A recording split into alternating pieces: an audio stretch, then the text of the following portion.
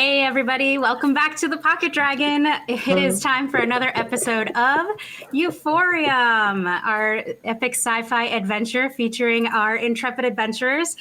Here in front of us, we have Knight, who is also known as Nightlight95. Make sure you check out his Twitch channel. Our wonderful... Yes, sorry, Knight. I'll give you room to talk. My bad. I'm so horrible. No, it's all good. I was just saying hi. You can check out my most latest VOD, which is Doom, and hear me raging at it. It's fantastic. I will say that Doom is not like the movie Doom. I was informed of that earlier. So, yeah. Anyway, you can tell how much of a gamer I am. Moving on, then our other wonderful guest is Kira Hope Cohen. Thank you for joining us, Kira. I hope you've been having a good time playing. I have. Thank you for having me. And followed by the wonderful Roman, who's been with us for a while, has DM'd a wonderful Christmas campaign for us back over the holidays. And, you know, we're going to see what happens today. Not that I haven't put a target on you or anything. You know, it's fine. We're fine. Please do. Moving on, we also have our wonderful Bookish, who plays the sister to Kira's character, who has also been with us for a bit. So, totally not taking body parts. It's fine. Yes, I do want to mention that tonight Bookish doesn't have her usual pizza because she is having to. What is it you have to do exactly, Bookish? Fast for a blood lab. Gross. So instead, I'll be having the pizza for Bookish. I also have pizza. It's just not here yet. Bookish. So we're trying to start a trending Twitter hashtag pizza for Bookish. Feel free to join us and order pizza yourself during the stream. And last but not least, our wonderful Lev, who plays the salty Ed, and has also DM'd a campaign and is going to be DMing the next campaign after Euphorium. We're going to be going back to Denegard, and I'm really excited for it. Right, Lev? That's what they say. That's what I'm told. That's it. Their nickname's That's what people tell me. I know a guy who knows a guy who said it's going to be good. Anyway, so those are all of our players. Of course, I am Dixie, your friendly neighborhood DM. I will be running this campaign, hopefully in a more prepared state than last episode. And we do hope that you enjoy the episode. And just to preface it, in case you haven't already read our disclaimer, we are not a rated G show. We are not children friendly. There is some cursing, swearing, and sensitive material. So if at any point in time you wish not to watch or to step away, feel free to do so. Take whatever time you need. I just don't want anyone to watch a show and be like, holy crap. No, I'm not trying to surprise you. This is just content. So there's definitely fucking cursing. I can promise you that. Somebody here is a fucking professional. I'm glad you said cursing behind that because cursing. Very awkward if you just cut that off. It's just it's fine. It's fine. I do want to mention that you can collect fairy dragon scales from our very own little mascot named Thimble, our friendly pocket dragon. And as you collect them, you can actually cash them in. Right now, we have a wonderful little thing that is, what is it called, Bookish? What's the term? Because my brain just went, you've memorized too much D&D. Or you do you use your point redeem. Points. Thank you. Yeah. Mm-hmm. Your point redeem. There is a button that says cheers, and that will remind us to hydrate. So make sure you hit that. We'll all say cheers, and we will hydrate. And that pretty much covers everything, at least for now. Hopefully we'll have some cool new stuff to talk about later. We are working on it, but we are all human. We got it right away. Damn. Okay. And we're also you guys are so gonna fucking pay for all the hydration redemptions that you do on my channel. All I have is coffee. Oh, that's right. I forgot. Love also has a Twitch channel they just started. If you like ASMR art, please tune into Lev's Twitch channel. I find Lev's voice very soothing when they're doing art. Pretty nice. When they're doing art. When they're doing art. Anyway, it's LoveX Art on Twitch. Be sure to throw them a follow. What? No, I didn't say that. Why are you guys putting words in my mouth? Anyway, that said, are y'all ready to play a game? No. Yes. We're also short of X this time. That's true. Our wonderful Bex is not with us today. That means something happened to Annie, didn't it? Nope. No, who's Annie? Who's Annie? Who's that guy? What? Annie, are you okay? Hashtag okay, Are you Annie? okay?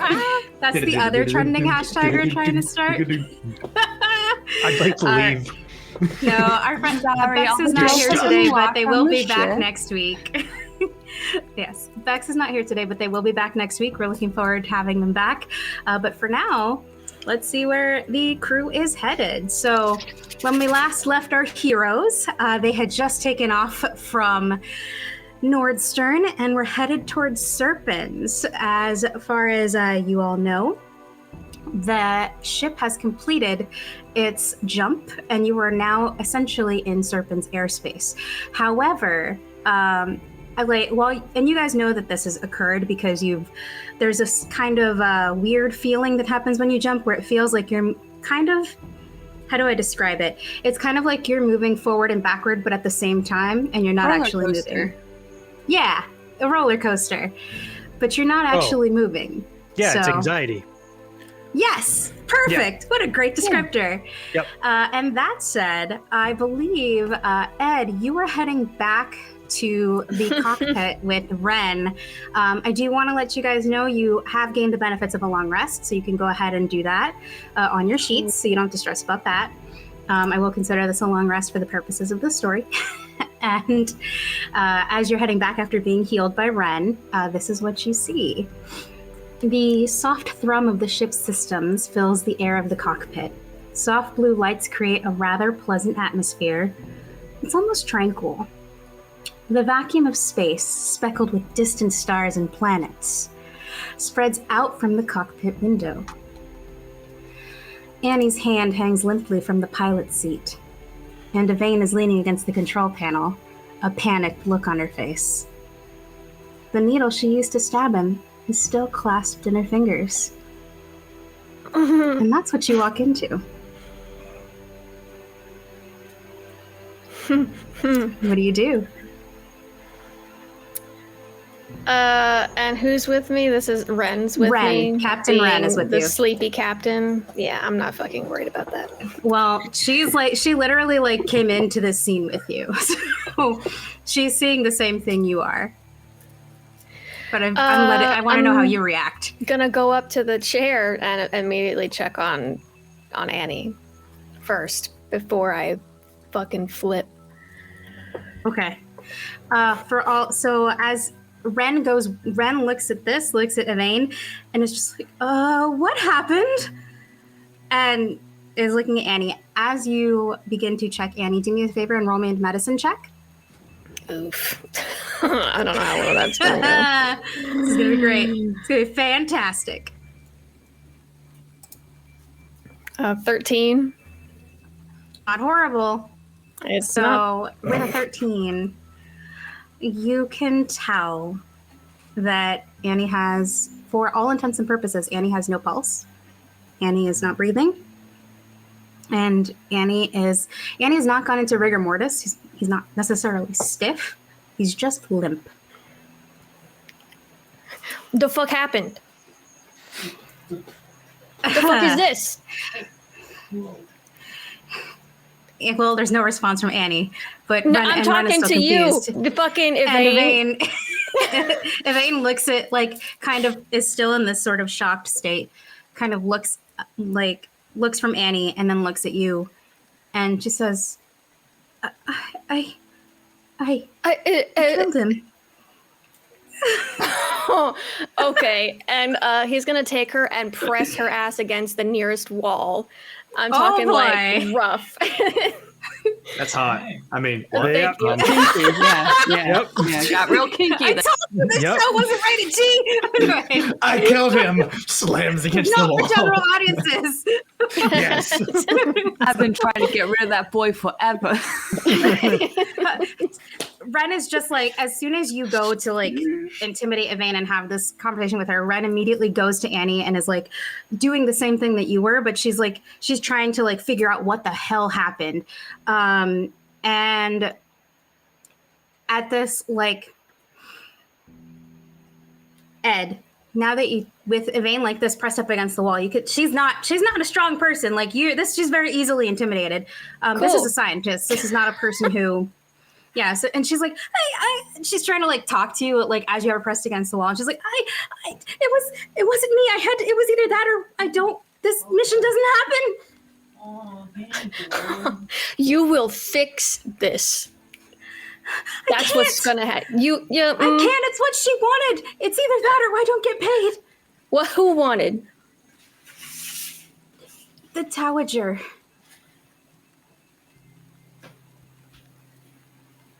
The fuck would she want?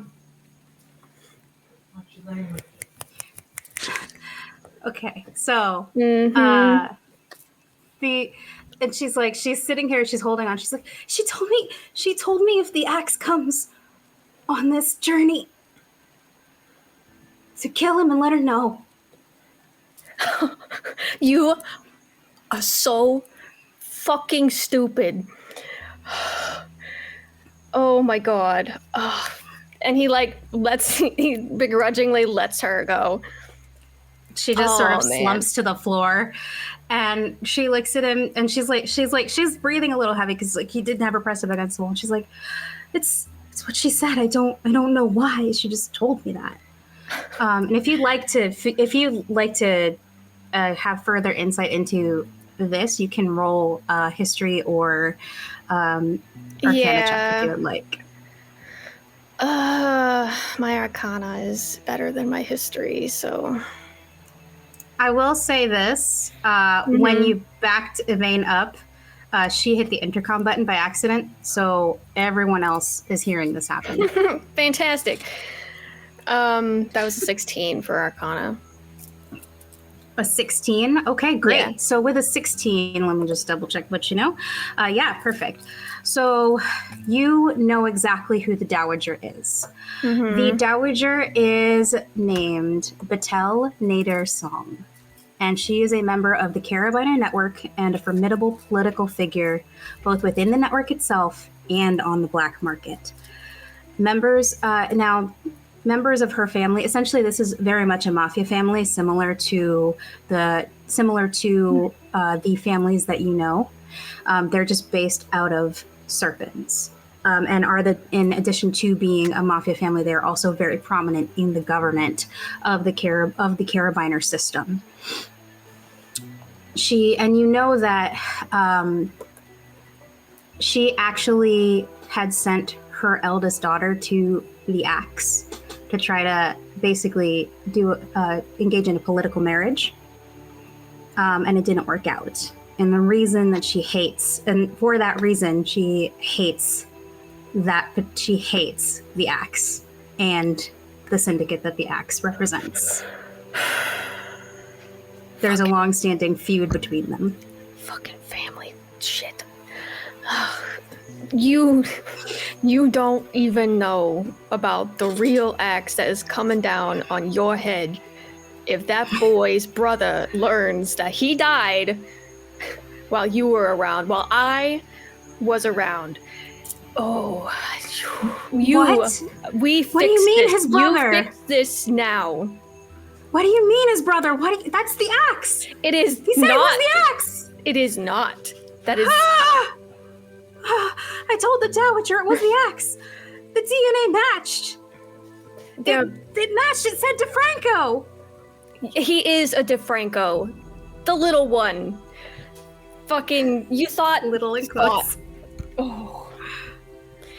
As you say this, Ren looks up and she's like, it might not be too late. His soul hasn't left his body. It's still in there. I'm no good with poisons. Maybe we can get the others here? And they can help? Yeah, Doug will... Doug. Yes, let's drag your boyfriend into this. The inception. I'm so sorry. Ed is gonna stride like without thinking to the door, and he's essentially just like, as soon as it opens and anybody within earshot is around, he's gonna go, yo, and just, and imply. It echoes. People need to be fucking in here. And nobody's turned it off. Kalani will come over. Okay. standing So up this echoes with throughout the ship. fascination. You all have heard this part of the discussion from when the intercom was turned on up until now, and also like the call for help. Varix found some really cool things on a frog and is working on something in the engine room to his heart's content. So Kalani Varix heard is he's- buried He's in like work. zoned in. He's like, Varix is worried about this stuff in front of him right now. yep. What about everyone else? Kalani is interested as soon as she hears the words poison and everything, given her knowledge on alchemical based things. Okay. And while Nerix is focused on her data pad, the second she sees her sister move, she follows Okay. and just stays near. Great. What about Mason? Are there drinks on board? There are, but there's water. There is limited alcohol, but it's nothing. It's not the great stuff. It's not top shelf stuff. That It's wasn't like- my question. I just wanted to Yes, the answer is yes. So If you want, do you want turpentine? It's there. I'll Drink drink up. nail polish remover if I need to. I would probably say he's probably at this point, like after he's been done being showed like what his his duties and stuff or whatever, he probably is just wandering around the ship with a drink, just vibing. It's He's just not vibing. on a he's not on He's a on a planet. He's in fucking the cruise. safest place he can be. Oh my god. Okay. I'll probably wander. Yeah, I'll probably wander there. Okay, wander into with a drink, watching. Hey, look, it's a dead body and Just chaos. walking, just- Great. Oh, All right. Okay, fantastic. So everyone's now in the cockpit except Varix, except Varix. And as soon as Kalani and Nerix walk in, Nerix as the medical purser, Ren calls you over immediately, and Kalani obviously comes with you because of her interest and says, I need you guys to help me. I really am not sure what caused this or how to fix it. And if you guys would like to try to figure out what's going on with Annie, you can go ahead and roll intelligence or medicine, whichever is higher. while all that's happening, Ed is staring daggers at Evane right now, almost like daring her to get up off the floor. Like I want to threaten her so bad. Evane is just sitting there wringing her hands like she's so dead. She's like, I already told her we were coming. I don't know what we're gonna do. You better figure something out. Oh, it's my job to know people, and I knew you way before you decided to get this shit on your shoes. Every emboldened junkie and mob boss's trigger-happy nephew will know you intimately if you do not fix this. There's not going to be a shitter in the carabiner system that can hide your scent. I can promise you that this needs to be fixed. Do me a favor and roll intimidation with advantage. Ooh, thank God. you could say. I hope it works. Did you know that they were trouble when they walked in? Is that? 19. Oh, great. She's scared shitless. Like she instead of getting up off the floor, she like just sort of like does that thing where she gets onto her butt and like just starts going backwards until she hits a wall and just stares at you like in absolute terror. She's like, no, you don't understand. It was the only way to find the Euphorium. I had to do it. And now I don't know what we're supposed to do. And meanwhile, my intelligence and medicine checks. Have you guys rolled? Yes, I got a 14. Terribly. I got Okay. a 9. No. Okay, cool. With Oh, I my have no part plus of this. 5, So- So, Kalani, you're like, wow, yeah, that's poison. Mm-hmm. I'm still That- distracted yeah, by what I've learned about the creatures that were attacking. Yes. Stillborn. And Hey, Nerix, with a 14, you know that this is a type of poison that is like a fungus. It's a poison that actually it takes based upon the victim, and Annie was a very healthy, robust victim because Dex rolled a 19 for Constitution. It can take up to 24 hours to kill a person. It's actually a very common hallucinogen from the planet of Tekeh, the tropical planet. It's often taken as a drug in small doses. And when people take those small doses, people claim to walk between the worlds and have visions of strange people, places, and things. In fact, it's also got religious applications. Shaman on Tekeh use it to foretell the future or peer into an issue. However, when you overdose on it, that's when it induces a comatose state, and too much taken too quickly can kill in a short amount of time. Okay, she's going to turn to Evane and just, how long has it been since he's been stabbed? I don't know, 15 minutes? Okay, well, I'm going to whisper, I'm going to talk to Kalani and at least fill her in on the fungus, see if that recalls anything, and just let everyone know, well, we don't have a lot of time, but they're not dead yet. Well, if there's going to be a cure for it, and she kind of looks at Ed and swallows, and she's, if there's an antidote, it'd probably be on Serpens anyway, since that's where the poison came from. Okay, and I'm assuming black market sort of Serpens. Shit. This is a poison. It's not exactly something you buy at the Walmart. Yeah. Or the CVS, for that matter. Okay. Then we need to get there. Who's flying this fucking thing? It's on autopilot right now, but we can't. The Dowager is looking for us, and she has eyes and ears everywhere. If we land, at least like this, she's gonna be on us in a minute. Is there anyone that you know? Somebody that might be able to help us? And she looks at you, Ed, and then glances around to the rest of you.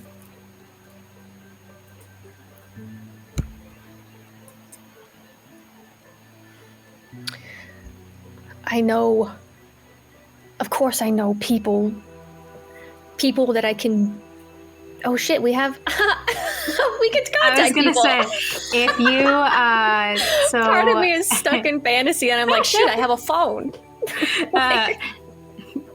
So Ed and Mason, if you would like to roll for this, you can go ahead and, or rather, not roll. If you, wait, actually, do they roll? Hold on, I gotta check my notes. Sorry, DM stuff. Actually, yes. Please go ahead and just roll. This is just a flat D20. Oh. No modifier. Oh, fuck. It's a 9. Damn it. Oh, no. Oh. All right. Shit. Okay. Roman, did you want to roll, or is Mason just tuned out? Mason's just watching. He's just kind of like, God damn it. damn. Like, he's very not involved right now. Okay, well. He's observing. Cool. Great. So Mason's not involved. No, we're not gonna stop that. I'm sorry. Do you look like, are you all right? Fucking, what are you spacing out? You're on this ship, are you not? Like, fuck, do you want to die when we get to Serpens? Do you want to stay fucking stranded in space forever? I love this. Can you do me a favor? No. It's not much to ask. Can you just calm down for a minute? Sure. All right. Yeah. If we calm down, then we can think better, and then we can get through these things. But if you are aggravated and panicky, then you don't think straight. Enlighten me. Now that we've calmed down, yes, to answer your question, because I make sure to answer questions, I would rather be stranded in space than to be on a fucking planet somewhere. That's so fucking helpful. Do I want you stranded in space? No, I don't. What can I do to help? Okay, I need to know what we rolled for. I guess that I like might have failed at. Did I Well, like? Are my people just you like not failed. answering me? So you failed, so you can't remember who you know on Serpens. You know something, but you I know don't lots of remember people. who you know. I'm Yeah, panicking. I know a guy. I just don't remember my guy's name. So the and once again, Mason, you can roll for this if you would like. What am I rolling? What do you want me to roll exactly? Flat Just a D20, D20. no mods. No mods. Mhm. Bonk. 11. 11 All right. So, you know, you have a contact. You have several contacts on Serpens. You have, and there, you have, specifically, there is one that you can contact immediately that you know will pick up your phone, pick up your call without hesitation, and that her name is Aquamarine. She's your main contact on Serpens. She's the one who will who will be able to get your credentials and get you set up on Serpens, and probably the best at ensuring that the Dowager doesn't find you immediately. Regrets going through his mind right now. I mean, I can help, but it's a stretch, but I can do it. That would be greatly appreciated. You'd Are be you saving a lot of us, I think, including really- yourself. Are we really in that big a danger, though? Like, really? Yeah, no, lives on I'm the sorry. line. I didn't think that the political So- intrigue and machinations between two giant mafia families on a fucking planet are gonna be an issue when we. God damn, I didn't think that was gonna be a problem when we landed. Maybe you're the not fact that wrong. we have one of their dead family members sacrificed by the fucking pilot over here. Oh, are they dead? Yes! Technically they're in a comatose state according to what Oh, so they're not dead. Be quiet. Kalani's just entering the info that Narek shared with her mentally into her data pad. I can get in contact with somebody. I can get in contact with somebody on Serpens. I can maybe get us a head start on something, yes.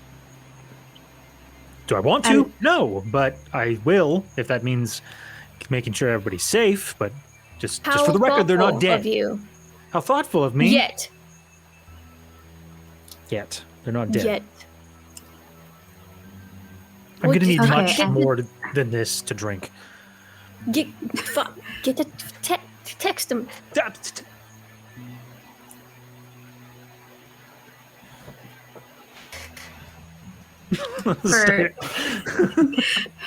For the purposes of this, you know that with them, they prefer call, and they've given you a very specific encrypted line. They're on which obviously to a Gen call them. X and not a millennial. Okay. Yeah.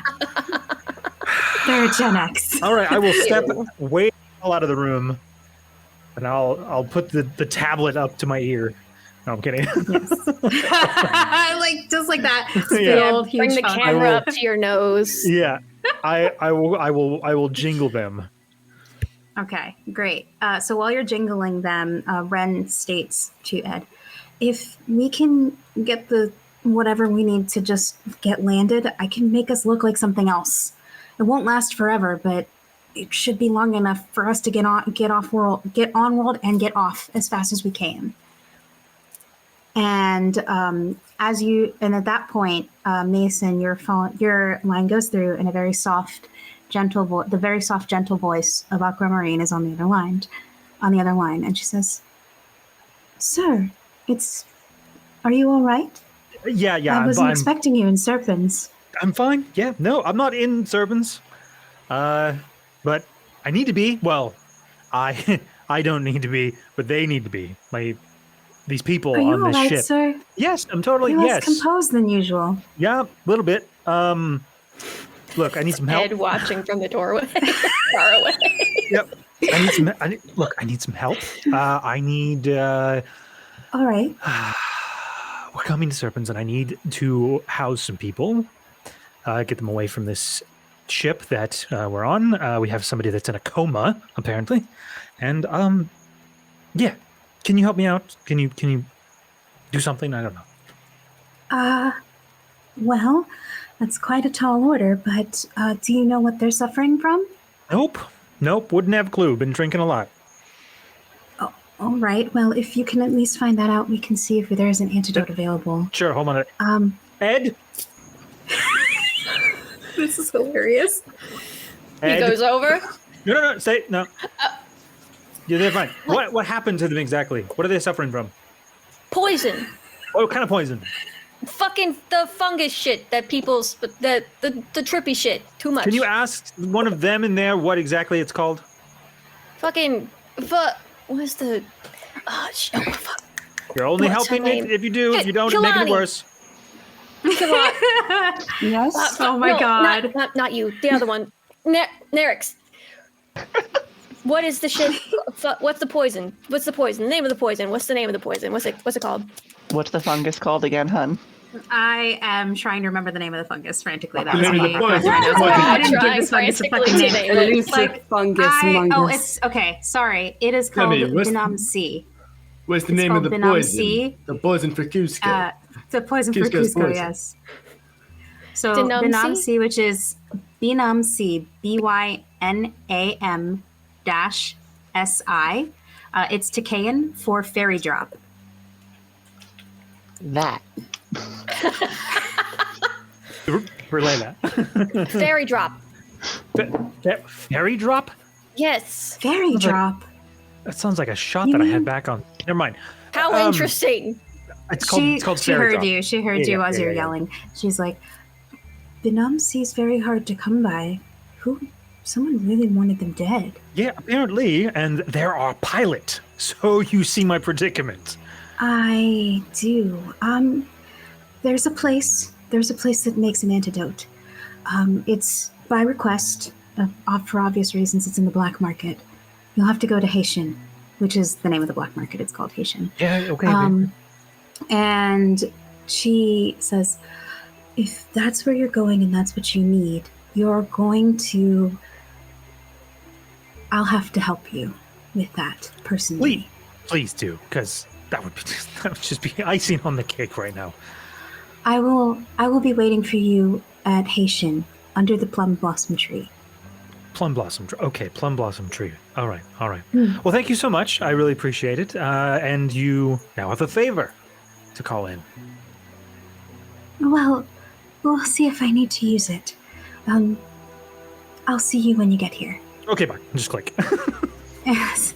And that's so. And now you've got your stuff settled.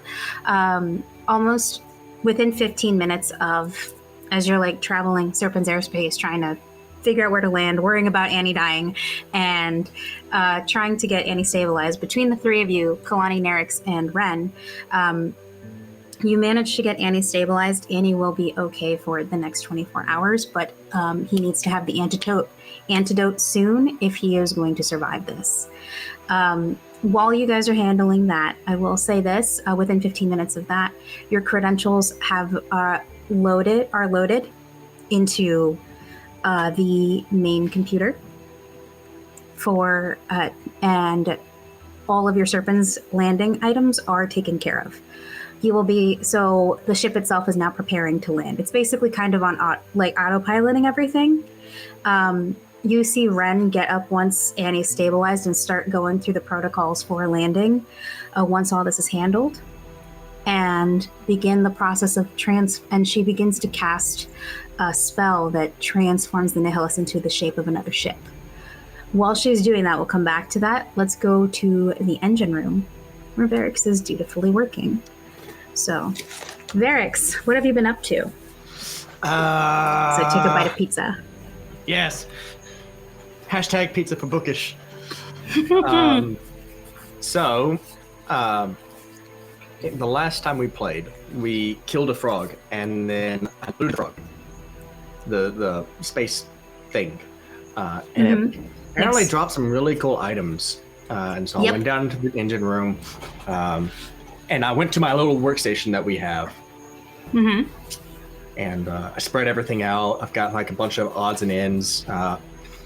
and one in particular is a combat shield. I forget the actual name of it. Let me. The portable shield device. Yes, that one. You're welcome. It's really cool.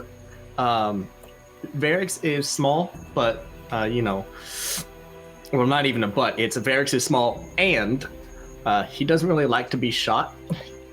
Mm-hmm. So he saw this and was like, "This is really cool," and he has proceeded to take off his jacket, and his servitor is just kind of like watching. He took off his jacket, undid a couple straps, and takes his prosthetic arm off and lays it on the table, and immediately goes to work on disassembling it. Do me a favor and roll perception for me. Perception. All right. Mm-hmm. How do I roll? Sorry. Just hit perception. I know how to roll. I'm just like brain, because I'm totally prepared. Definitely. Whoop. Okay. Ooh, 23. So, you see out of the corner of your eye a little white ball of fluff poking at your arm, and doing. You know how like you see a little bunny and it just kind of takes this little white fluffy bunny thing floating, poking at your metal arm, and then taking a bite out of it, and just you hear tink as it like tries to bite it. Just swat it away. Swat at it? It's probably more like just swat at it. Yeah, it's like, okay, so, and that with that, a little bunny creature like sort of makes an angry squeaky noise and like starts chittering at you, like kind of like when squirrels are angry, like they chitter at you. I'm gonna chitter back. Does. So there's this moment, this little standoff of you chittering at each other, and like you realize this little bunny's floating, like it's hovering, but it wants to touch your arm. I'm gonna hold out my finger and just poke it. It makes an angry squeak, and then it like floats up to your head and sits there, and makes like a little Varix thinks to himself, so this is how the ball droid feels. Huh. Yes. Oh. He's gonna reach up and try to scritch its ear. Mm-hmm. You feel a little leg do thump thump thump thump thump thump thump against your head as you do that. Little bubbles popping. Anyways, so I'll do a little happy, and I'll go back to working on my prosthetic. And you hear an echo of that as Bubbles mimics the sound you just made. Okay, as soon as it I go to work, I hear it call back. It does it again. And thus proceed for the next 5 minutes of just making random noises with Bubbles. So happy little bubbles popping up, while you're doing that, as you're doing this within those 5 minutes, you suddenly see Bubbles' ears perk up, like they just heard something. And then it chitters to you, like it's trying to tell you something, and then it flies away to go up into the ship.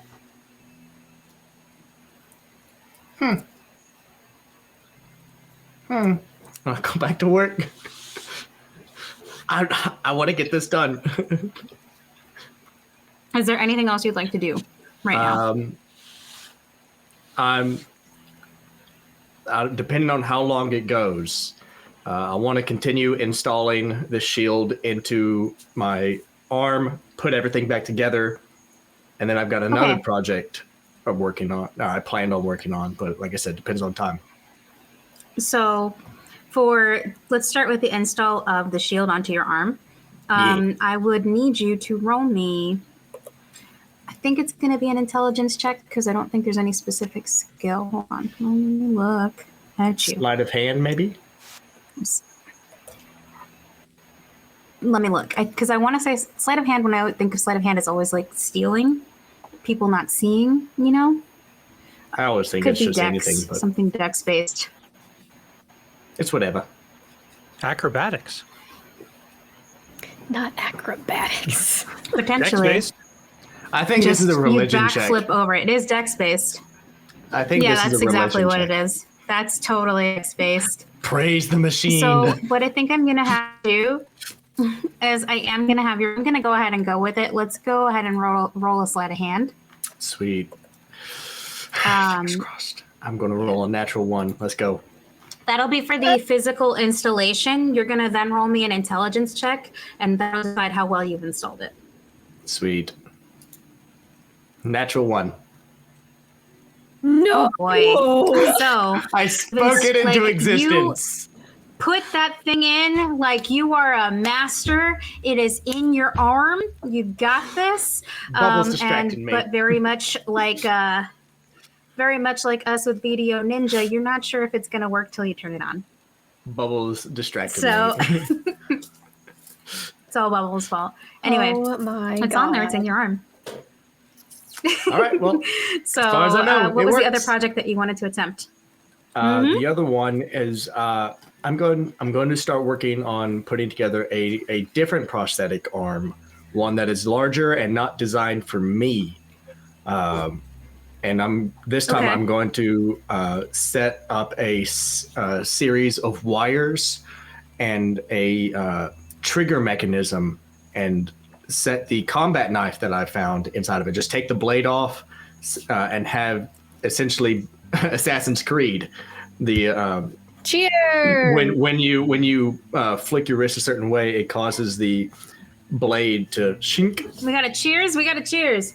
Hey, cheers! Sorry, I got distracted by cheers. All right. So It's all right. I will say this. What you're talking about is a longer project. I feel like the installing your arm wouldn't have taken you as long. Yeah, And by building the a whole time you new were done thing. with it, you would hear across the ship, "Now preparing for landing in Serpens. Please prepare for landing." The project that you want to undertake will take a couple of hours minimum. So your options are you can stay on the ship and work on that project while everyone else deboards to find the antidote for Annie, or you can join the crew. It's up to you. It's my first time to Serpens. Of course, I'm going to go adventure. Okay. I mean, it's so cool. Come on. Oh, we have a child bug now to watch. Yes. Yay! Kalani's just making sure she has a list made up of what they need and how much. So, just FYI, Ren's illusion has made the ship look like a larger frigate. It doesn't have any particular brand on it, but as you land in Serpens, you're landing in the port of Acidaria. And as you land, you see that it is filled with ships, but it is far, and this place is not like Nordstern. Nordstern is much more laid back. It's got a very almost a touristy feel to it, where it's very bright. There's lots of color. There's a very relaxed. You had the sort of fantasy meets sci-fi with buildings that are made out of wood and steel, and almost had like an island feel to it. Serpens is much more industrial. It's a direct contrast to this. It doesn't have that relaxed, lively aesthetic. The buildings are made of dark metal. They're lit by fluorescent light. The sky seems permanently overcast, and it seems like everything has a deep gray or a dull brown cast to it. There's very little vegetation. And what is there is like the dull green color of vegetables that have been boiled too long.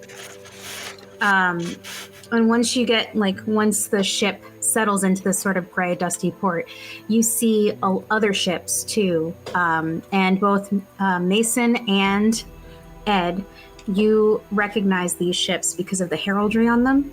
It's a pickaxe on a red field with a gold border.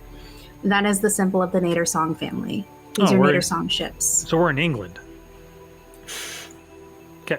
It's not a lion. I'll give Is you it that. raining? It's not Richard III. What?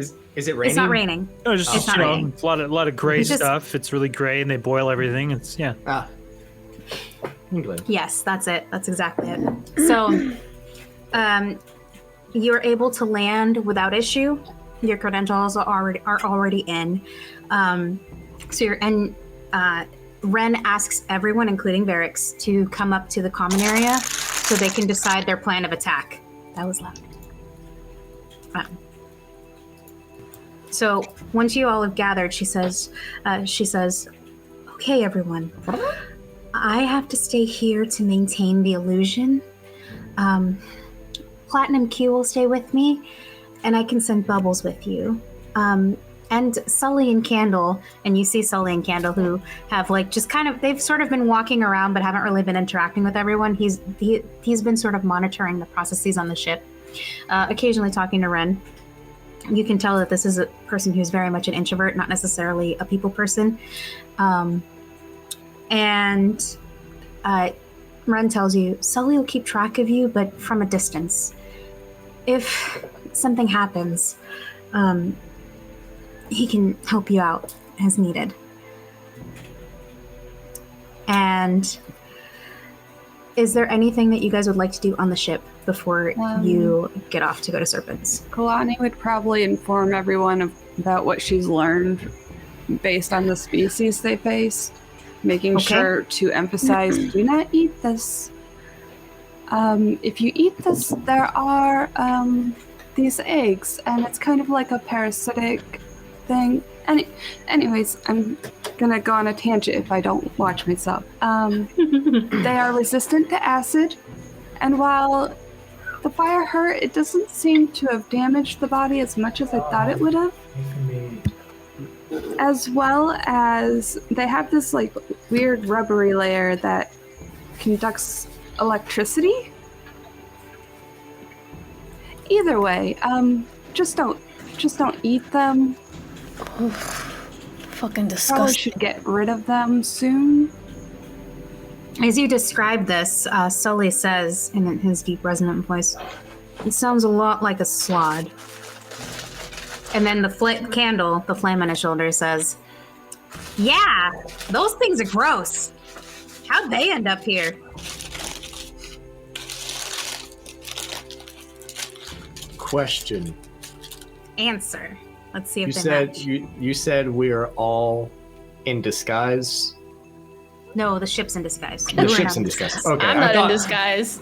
My fucking hood's up. That's it. I thought you had. Robots in disguise. Okay. I was going to have a freak out moment where Varric was like, "Ah!" Who am No. I? But okay, that's fine. The ship's in disguise. You are not in disguise. 10-4, good buddy. All right, I'm good. Is there to go any if everybody response else to the is good slot go. information? It's fucking disgusting. It's fucking Okay, nasty. great. That's all I wanted to know. All right, so if everybody's done what they wanted to do, Ren will leave you with this. She'll be like, actually, not Ren. Yvain will say, I'll tag along, but I should probably put on a hood or something. She knows who I am. I don't think she knows any of you. She looks at all of you. So she looks at all of you and like questioningly, as though you have a better answer for that than she does. A better answer for that Whether she or doesn't not the have a- Dowager knows who you are. I Oh. doubt they know us. I mean, besides our field research, we don't tend to, rock the boat. Ha. We're not Yeah. talking about my explosion. Just move past it. I know. It was fun, though. You can't tell me that day was not exciting. Yvain just looks at you and says, I'm gonna get something to cover my head.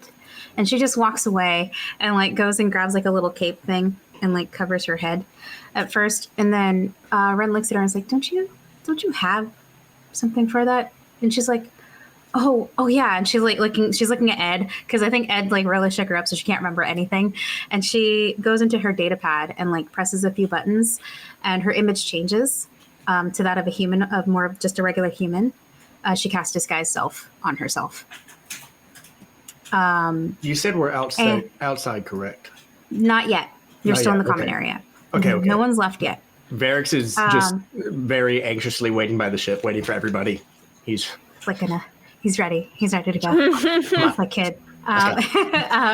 He's like, let's go. And with that, your data pad pings Mason.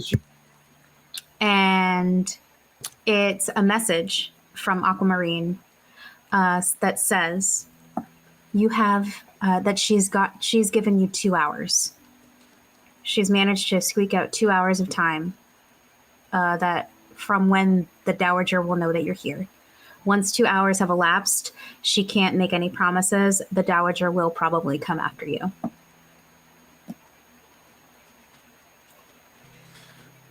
Because even with illusions and all of the stuff that you guys have in place, this is a person who has eyes and ears everywhere. I'm gonna be that guy, and I'm gonna respond with just K. She warned you. I know. So with that said, if no one has anything else to do, you guys can leave the ship and head off to the meeting point. Yep. I'm gonna go take these people to the place I don't want to go. Yes.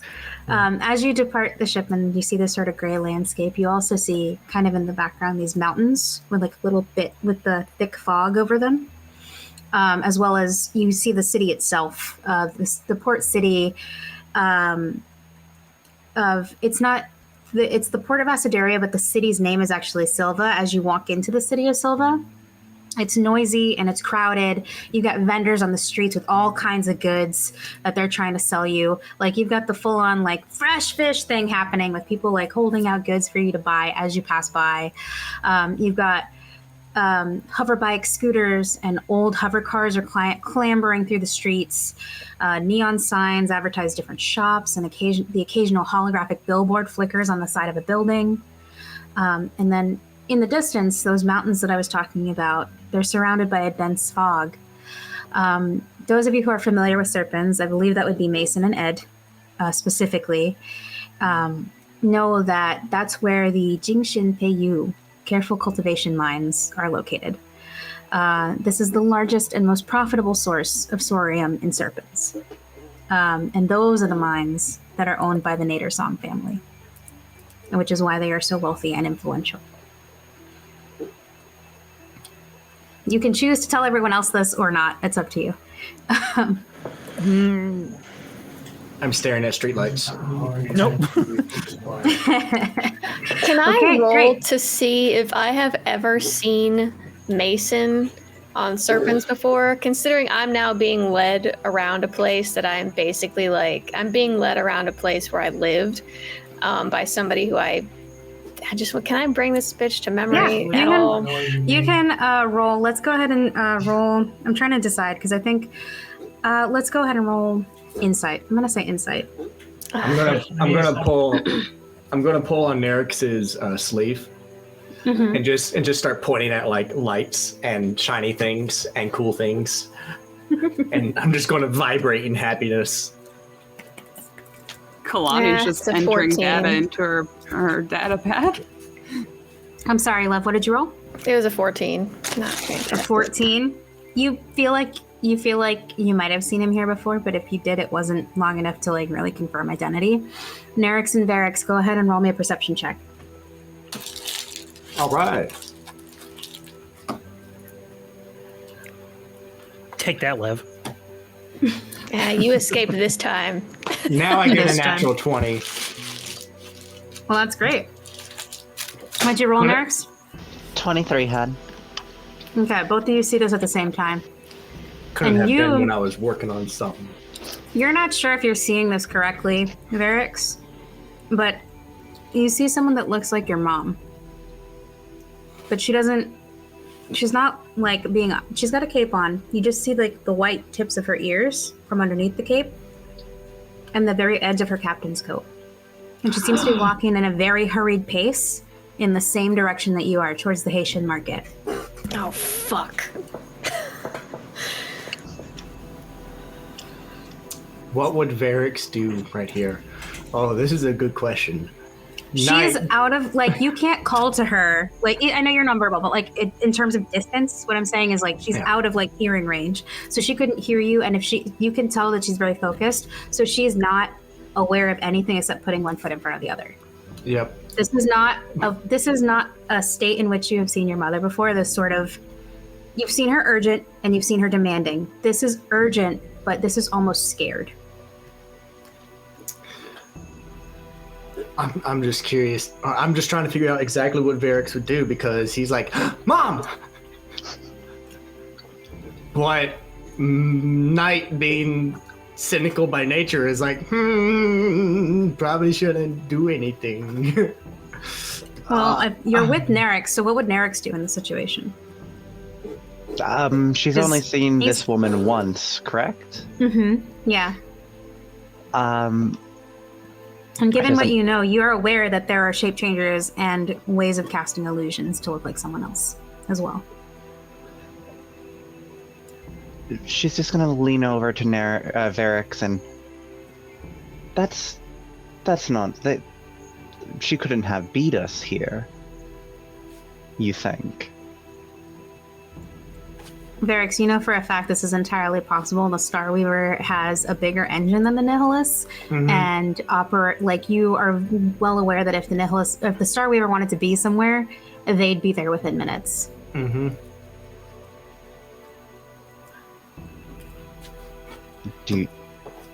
you want to go see her, or should we just keep an eye as we go?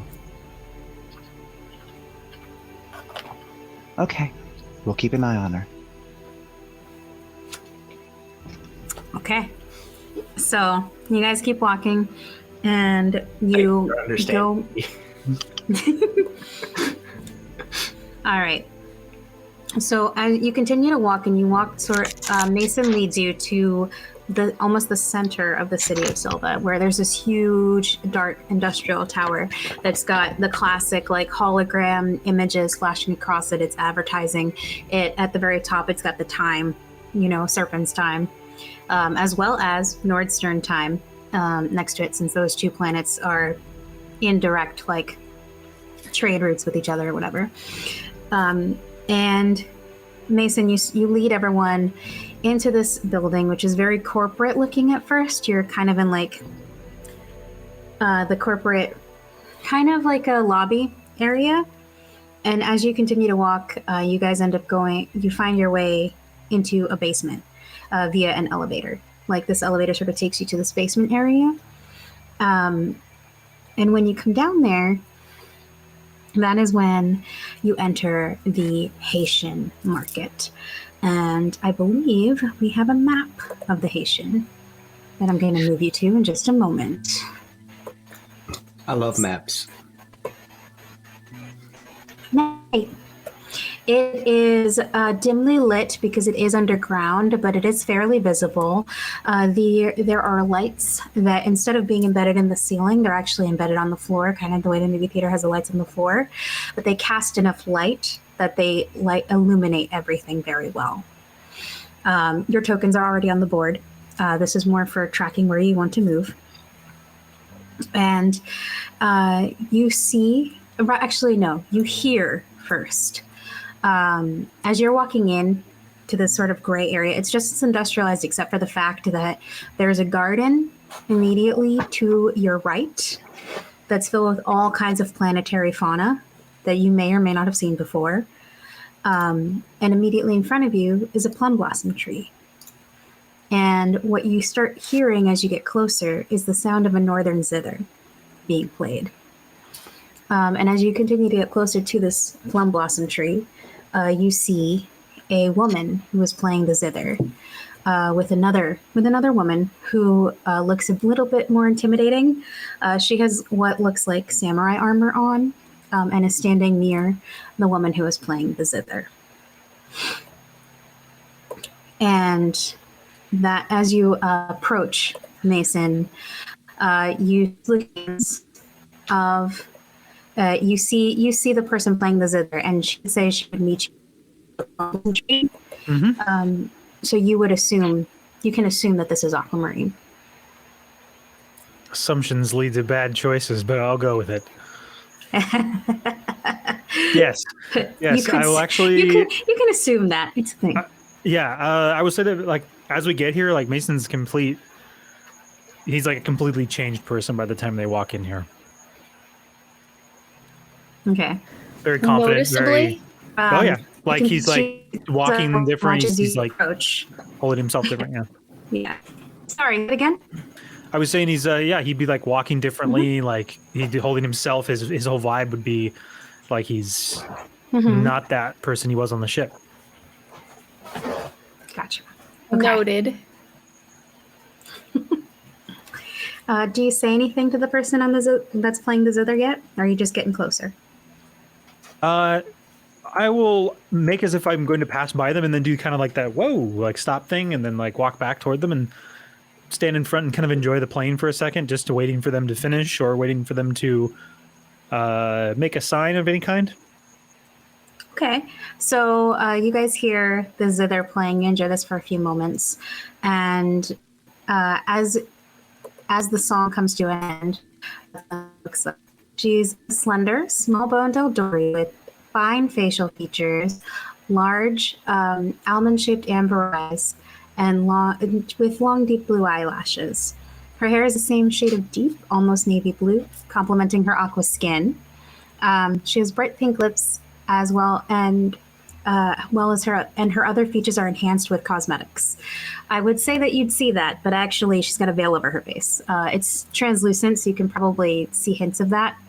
I always just start with physical descriptions with my characters, so that's why it's so in depth. Her dress is made of reds and pinks. It's a sleeveless dress with a sheer, like, kind of long rope that goes over it, and around her waist is a red and gold belt. Once again, Ed and Mason, if you want to roll to know what that belt signifies, you can. History or Arcana for that. Oh, my best ones. Varix?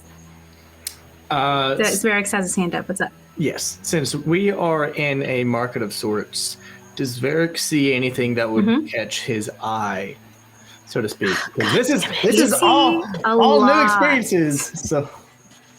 So you see a lot of things that catch your eye. This place is very much a market. For a black market, which usually would be subtle and grungy, this is kind of not that. You see a lot of holographic signs advertising all kinds of wares. There is a large stone building that you can see is used for like auctions and stuff that has a clock display on top of it telling you what time the next auction will be. What they're auctioning, you don't know. It's the kind of thing that if you know, you know. There are all kinds of taverns. There's all kinds of good sellers. There's food and drink things. And these are exotic things that you've never seen before from other planets. Some things like you can claim that they're from specific planets, like this is from Kazan, this is from there, but you have no way, like with your knowledge, you wouldn't know unless you've been there, basically. Is there any like really cool machinery that he would be interested in? Because I'm fully imagining like he's riding on his ball droid and they all walk up to this lady in the plum tree and he's like, ooh, and just drift off this way. There are like, as far as machinery goes, there are places that are selling tools for machinery. There are places that are selling parts for machinery, but there's nothing up here kind of at the front of the market that's like a gadget or anything. No one's selling anything like that up in this end of the market. So and then everyone else, once the woman stops playing the zither, what did you guys roll, my history people? 16. I rolled 9. 16? Okay, so Mason, you know what that red and gold means. That red and gold belt means that this is a member of the Nader Song family. And when you look to the woman with her, you can see that a red belt is wrapped around her waist, marking her as a servant of the Nader Song family. The interesting thing about the woman that's with her in the armor is that she is not a race you normally encounter in the Carabiner, unless, of course, you're in Serpens. This is a race known as Ashen Forged. The Ashen Forge are a race that is composed of people who have passed. They are actually genetically modified by Zendus. They were in times of war is when they were created. However, the Dowager keeps them around because she finds that she greatly profits from their expendability. And we'll leave it at that. I don't want to give too much away. But yeah, so the woman that is with her is basically her attendant. And she looks up at you and says, "Sir, you've made it." And she hands her attendant the zither and rises to greet all of you. "Where is the person afflicted with the Binamsi?" Not here. And she looks around at all of you and says, "Forgive me, I should introduce myself. Mason knows me as Aquamarine, but you may call me Catlea."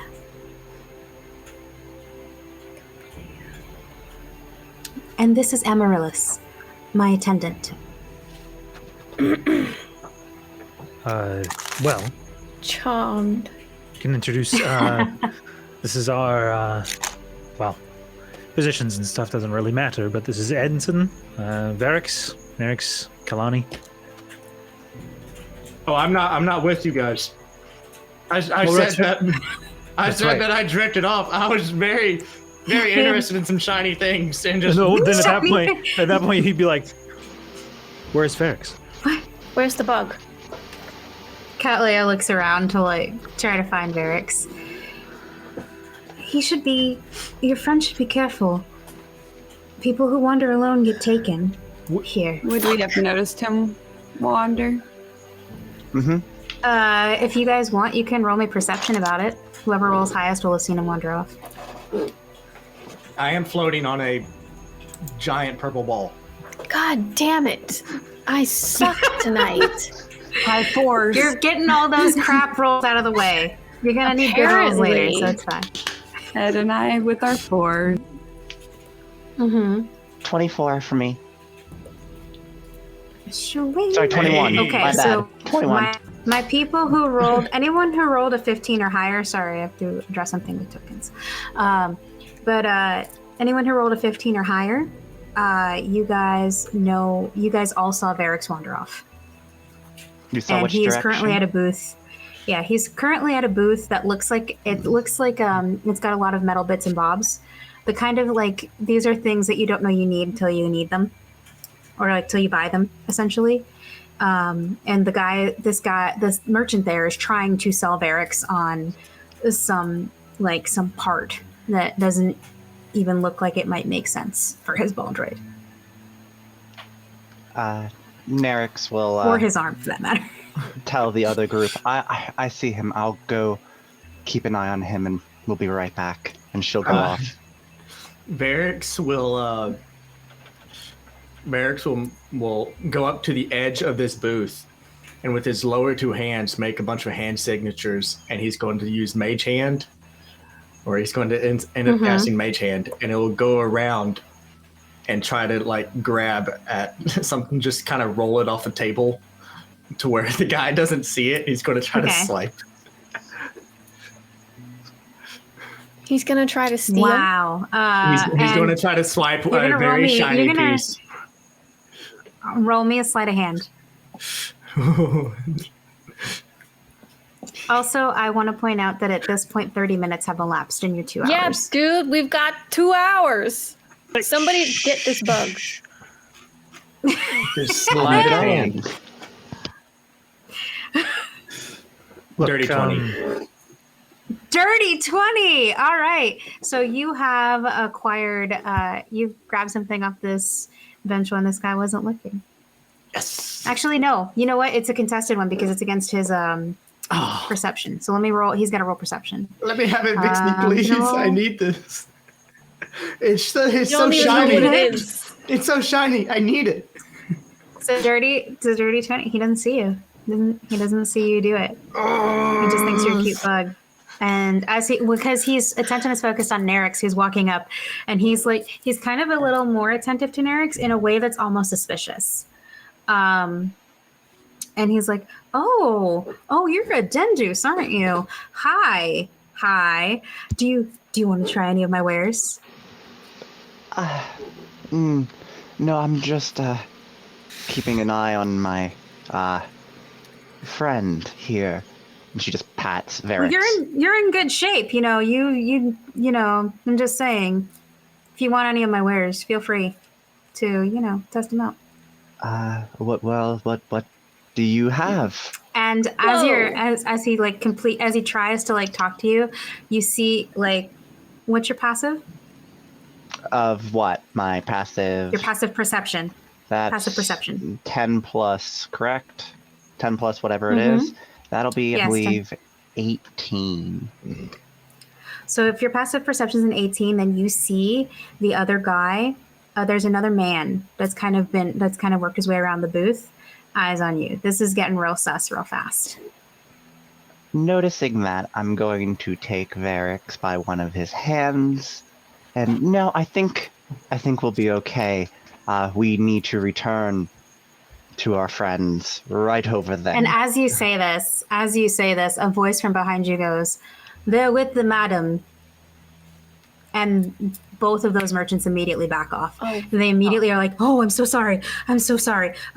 Please tell the madam we meant no offense." And the voice that you heard was actually that of Amaryllis. She had come up behind you, arms folded, very thank God, because I was about to be like, Ed's walking over there. Ed's walking over there. And Amaryllis walks back with you and says, "Don't stray too far from Cattleya. The Nader song name has pull around here." As we're walking back, I'm going to continue holding Nerix's hand. I'm going to show up the shiny bauble that I got. Mm-hmm. That's very... Did I happen to notice? Because I had a 21 with my perception roll earlier. When I found him... I'll say that you saw him. You saw him talking to the merchant, and you saw him take something off the table as he was talking to the merchant, but you don't necessarily understand the context. That's fascinating. We'll have to look at that back on the ship. Just don't let him see that. You should keep that hidden. Is Amaryllis's response to that as well. Well, you heard of them. I don't know this Amaryllis lady, so I'm just going to inch a little bit closer to Nerix and just... Amaryllis is she's very much like the person that will she looks very serious and says, "Little bug like you will get taken here easily. You should stick with your party. You too. They have no qualms of taking women." Understood. Stay with us, Varix. Are you guys back with the party at this point? Yeah, I would say you guys were walking up, so you could catch the tail end of this little advice as they walk up back to you. Okay. Oh, man. So I can't have Ed yell at everybody. You can. It's a character choice. But all right. So at this point, Cattleya says, "We have limited time." And Devane says, "But we also came here for the Euphorium map."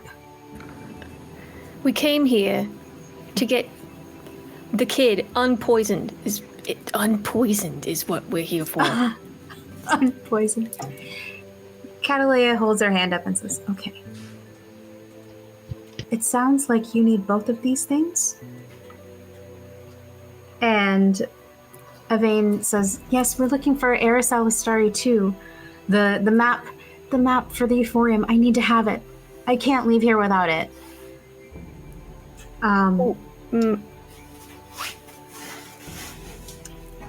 And Cattleya looks at Ed and she's like, "Calm down, Ed. She seems very familiar to you, and if you want, you can roll. I wouldn't rely on that. You can roll something for it. You can roll something for it. What stat would be connected to memory? Let's. I'm gonna say you can roll a history check. if you would like. I swear to God, if I get a good roll on something I'm not even good at, I'm gonna be Swear so to God. upset. That's a 16. Yes. Okay. You realize who this person is. Oh, great. I'm going to DM you Oh, that yay. information. So you're gonna know.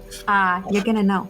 Anyway, so she holds up her hand to you, and she says, "If you need to be in two places, then we'll have to figure out how you'd like to do this, because the antidote you're looking for the Namsi is made by the innkeeper at the Noshalad. I think I said that right. Noshalad. I think it's Thai. You know it as the Wise Mule. The map that you're looking for is at Bital Nohati, the Brass Elephant.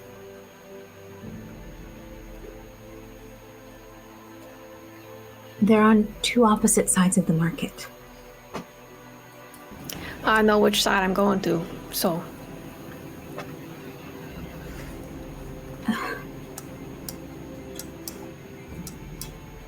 I'd like to learn how to make this antidote.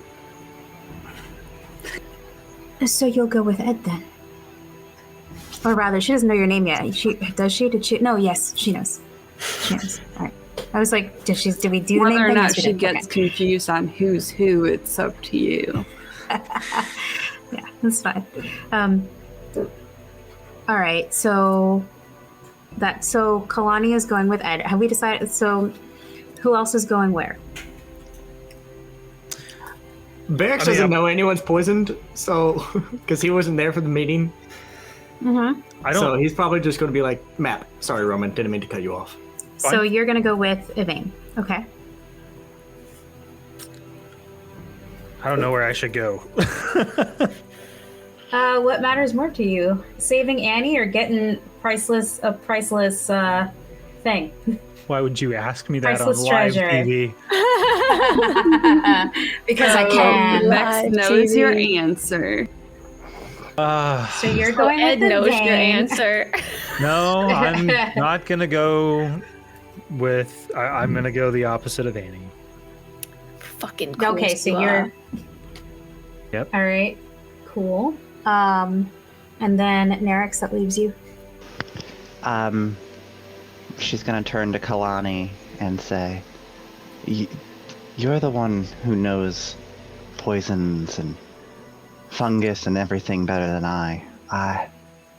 But the Euphorium might really help a lot. I think I want to go for the map if you don't mind." I completely understand. Okay, great. Alrighty, so Cat Leia takes note of who's going where, and she says, I'll send Amaryllis with you. She says this to Ed and Kalani. She's very good at being discreet, and she'll help you keep from being noticed. Fantastic. Actually, she looks back at how many people are actually going. Like, I just looked at how many people are going to the Brass Elephant, and Cat Leia is also going to come with you as well. So Cat Leia will be coming with you to the Wise Mule, and the rest. So, and at this point, she said, "We should hurry. The Dowager could find out about you at any moment." Agreed. Ed's gonna turn to Nerix and point at them. Say, "Keep the grub on a leash." It's a grub. I'm sorry. And Kalani you, gives her sister a hug. she hugs her sister and looks at Ed, and you keep my sister safe. That I can do.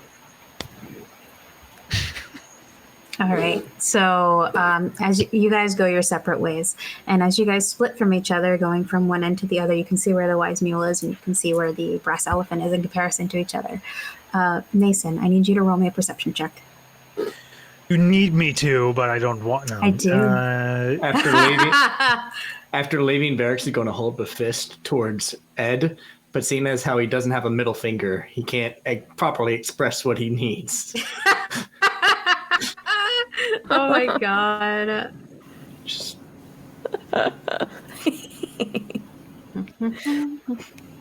It's set out of love. and he's Or trying to do something he's like trying it. to do something nice for you, and you keep calling him bug and grub, and he's going to remember this. Well, they haven't spoken He's gonna remember yet, all of this. so I'm Yeah. the real BBEG. he'll Oh, call him no. something else as soon as the opportunity arises. I'm just going to overload the engines, then take the escape pod while you guys are in space. Cheers! See ya. oh, woo! Oh, hey, cheers. All right. Let me see. Oh, it's the All worst right. coffee What did I've you roll ever for had. perception? Oh, 17. Okay, let's see. Alrighty. Cool. So out of the corner of your eye, you think you spy a shock of dirty blonde hair. You think. It's gone almost as soon as you catch it. I don't like that.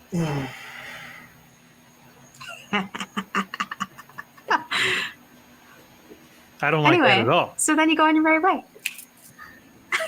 So let's see. Okay, so here's what I want to do so that we know. So just to keep things straight in my brain. Group 1, I'm going to need Ed. Go ahead and roll me a flat d20.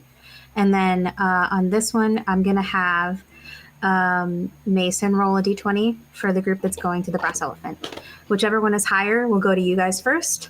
And then we'll go to the other group second. 18. Okay. The scratch.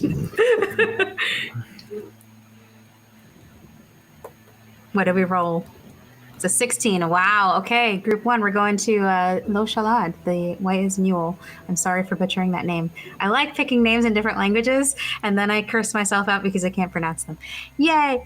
So moving on. So you walk through the streets with, Catalea and Amaryllis lead you through the streets, past different shops. You see all kinds of things.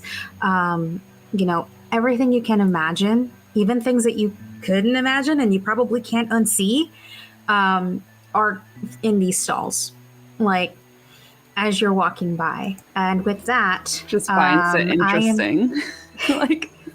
I'm gonna ask one of you guys. Actually, no, you guys can give me a perception. Go ahead and give me perception rolls.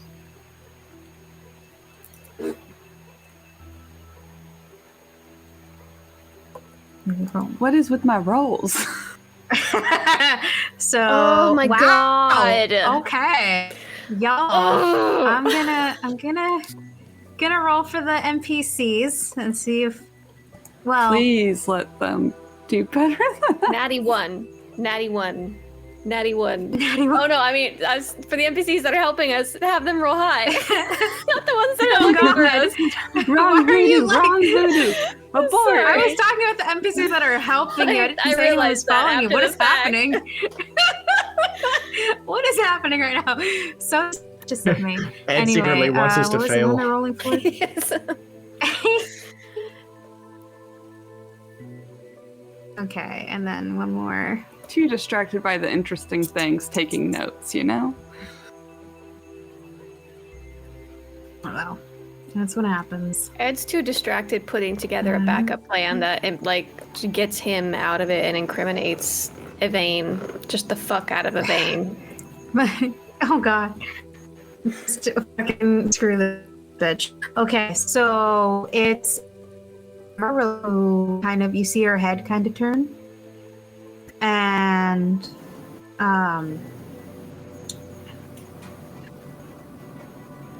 sorry, brain went. 5 things happened. So yes, we are. So Amaryllis is the one. You see her head sort of turn as if she caught something out of the corner of her eye, and she looks back to Catlea and then to you guys, and she says, "We need to be quicker. The guards are here, and they're looking for us." Fuck him. Fuck. All right. And so you guys continue on to the Wise Mule. Let me see. I've got to describe it to you, so you know. All right. So you've split up. We're on our way to the Wise Mule. Blah blah blah. So the other thing that she points out to you. Actually, no. We don't have to worry about that. So as you enter the Wise Mule, you are greeted by the shopkeeper. He's tall, slender, and graceful with a kind and charismatic manner. This is the kind of person that it's easy to believe could sell ice to Eskimos. And his voice is very, very much has that smooth timbre. And he says, "Good evening. Welcome to the Wise Mule. How can I help you?" Fuck, how can he help us? About Cat Leia walks up and says, "Good evening, Anoon." She motions towards Ed and you, Kalani, as well, and says, "Our friends here, unfortunately, they've experienced a bit of a poisoning. Would you care to explain to Anoon? This is," and she motions to the shopkeeper, whose name is Anoon. "What happened exactly?" Our friend has been dosed with fairy drop. Binum-C, a very powerful poison. I take it you're probably looking for an antidote. Yes, I would also like to learn how to make it. If possible, quickly. Well, there's no way to... Let's put it this way. The antidote is a bit difficult to make, and it's not hard. It is hard. It's a difficult product to make, although it doesn't take long. I don't have any on hand because he motions to the vials and stuff all around him. There are those who come seeking things that are perhaps a bit more harmful, and if I sold the antidotes as easily as I sold their counterparts, I would be out of business very quickly. Do you catch my drift? I'd like to catch an antidote a lot faster than this, if I'm honest.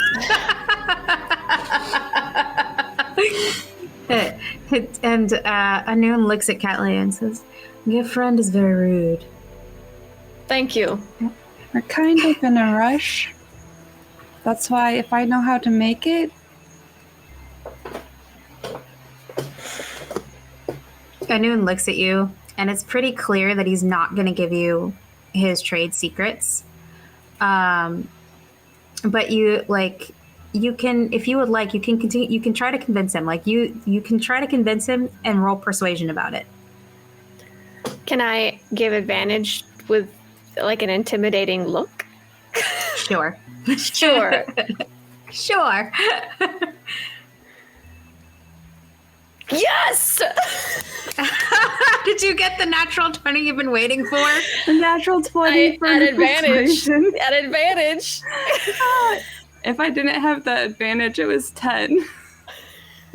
Oh, gosh. Yes.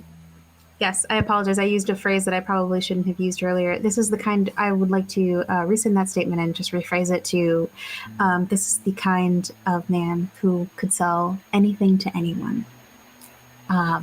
Anyway, that said, so you have success. He looks at you and then looks at Ed. What did you roll? You rolled a 20 persuasion with the intimidating, correct? Yeah, but the advantage of the intimidating look gave it a 20. A natty 20. And then looks at you and then looks at Ed and the look that Ed is giving him. And he just sort of sighs. He affects a put upon sigh. He's like, I suppose if you're one of Ketleia's friends, it's the least I can do. I promise not to share it at all. He looks to Catleia, and Catleia says, "Just give them the recipe." And he looks away from both of you because he's just whether or not he's persuaded, but he's not going to give you the benefit of his reaction because that's the kind of person he is. And he says, "Why won't you love me?" It is my duty and my pleasure to help the eldest daughter of Nada Song. And he walks away and goes to the back. And at that point, he goes ahead and you hear things clinking as he begins to mix this recipe. And when he returns, he hands you several components as well as a recipe. So what he hands you is 2 small vials filled with green liquid, as well as 2 small bags that are filled with a pink powder. He instructs you to mix these items, shake them well, and pour them down the affected's throat to nullify the toxin. The first dose has to be administered immediately, and the second dose must be given 15 minutes after the first. He also says that will be 200 cubal for both vials, and an extra 50 for the recipe. He slides a small folded piece of paper towards you with the recipe for it on there. Ed's gonna dig into his pocket to pass him a card that's covered in black Sharpie. A card that's covered in black Sharpie? Yeah. I forgot about that thing. Okay. He looks down at it, like, almost condescendingly, like this isn't the kind of card he was expecting here, and, like, takes it off the table and processes your transaction. And is surprised. He raises his eyebrows and then hands it back to you. Ed raises his eyebrows and takes it back.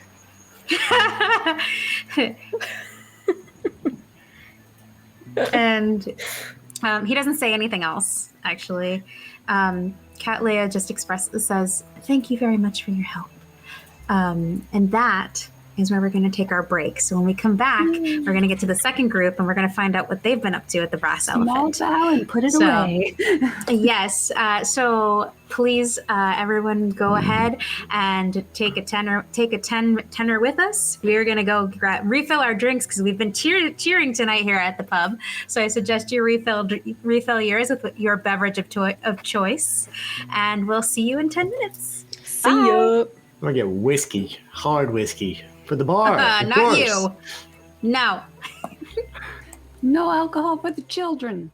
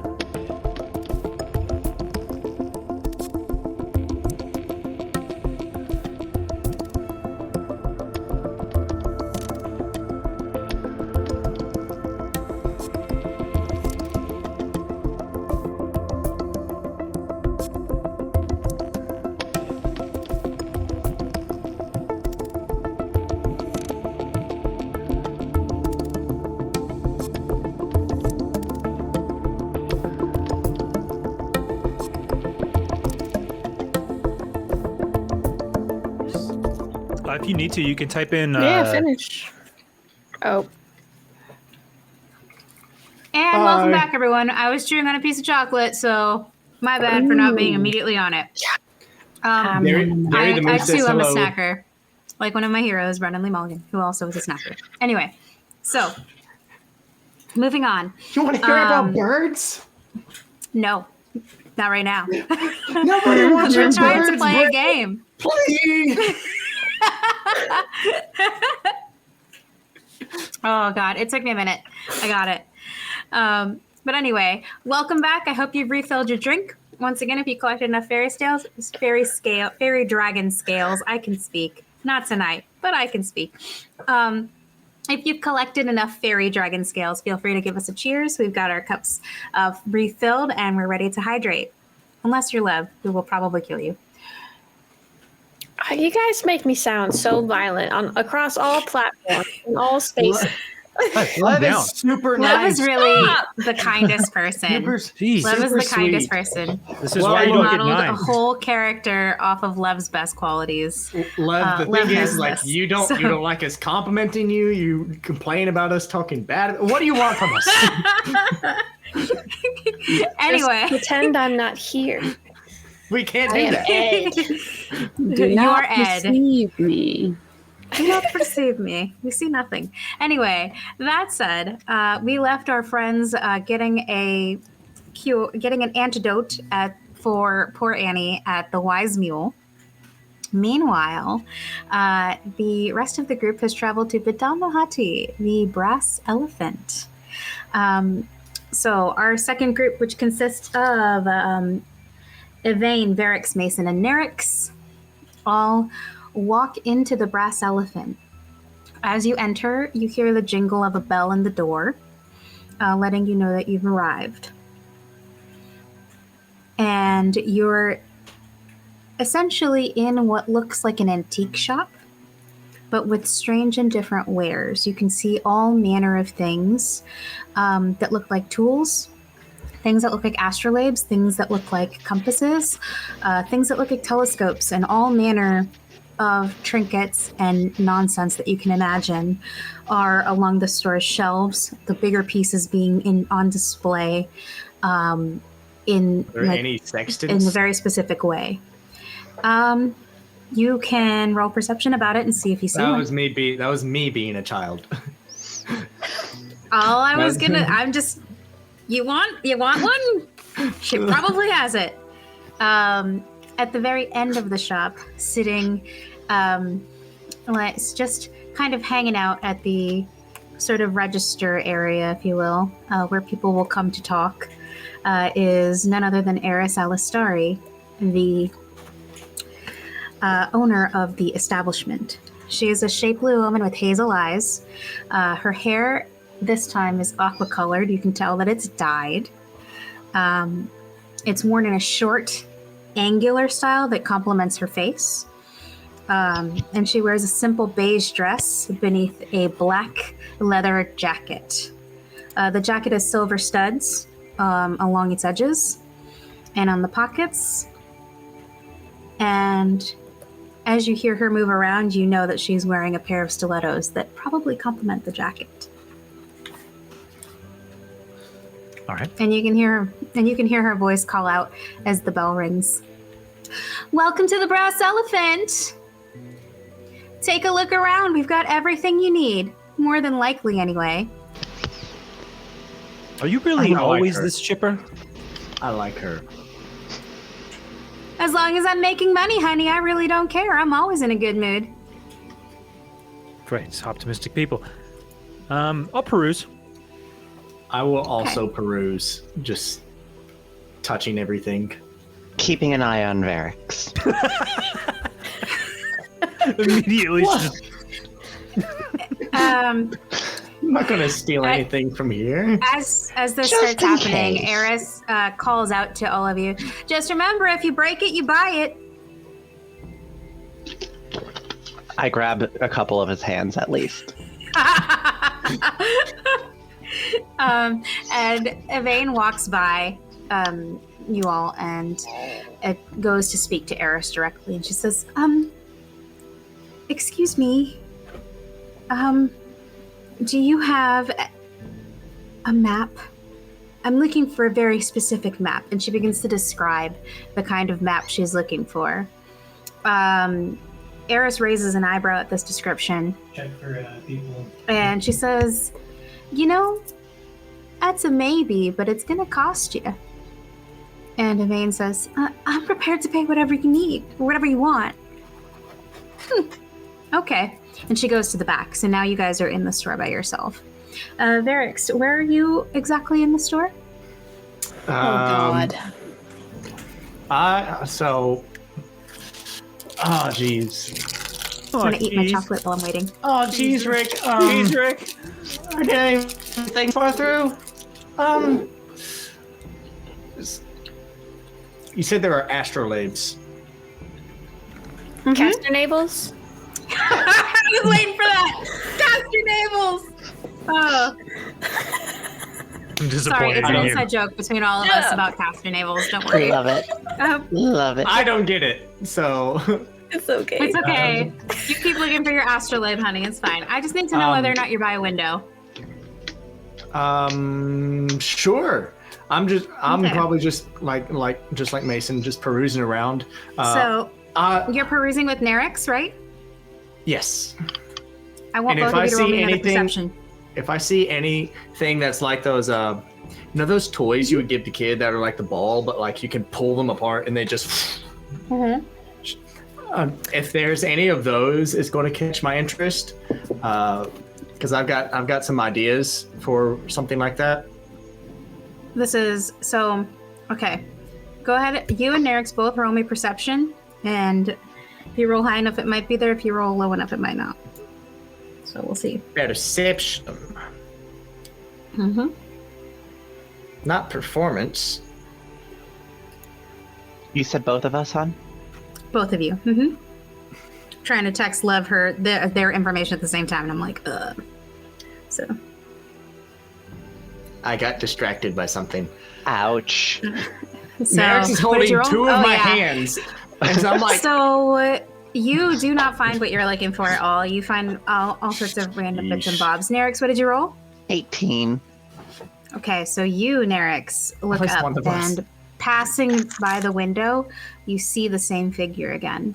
A figure that looks like the captain in a hood, walking by in a very hurried manner. Oh. Am I going to regret this? I'm Yes. going to regret this. Only one way to find out. I tug on Varix's hands and point out the window.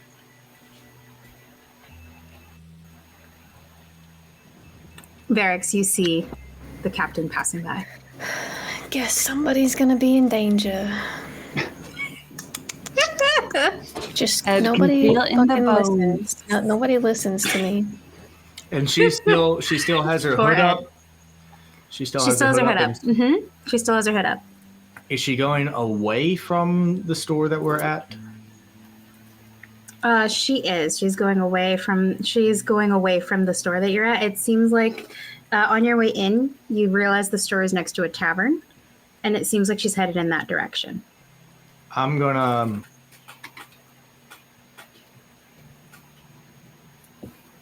I'm gonna pull out my data pad Okay. and just pull out my contact list, find mom, and just send her an emote of Varix waving. And I'm gonna watch. So you hear the data pad go off, but she doesn't look at it. Like as she's passing by, you can hear it faintly. It's not very loud, but you think you hear it. And there's no response. Varix I'm is smart sure- enough to know. Varix is smart enough to know that as much as he wants to say hi, she's probably working on something important.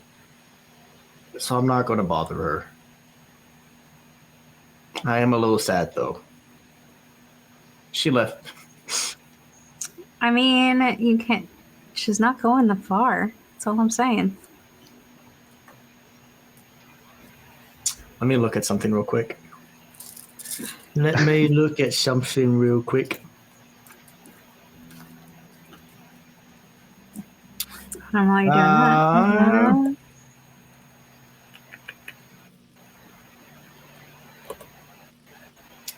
I'm gonna try to stealth behind her. I'm gonna look at Nerix. Okay.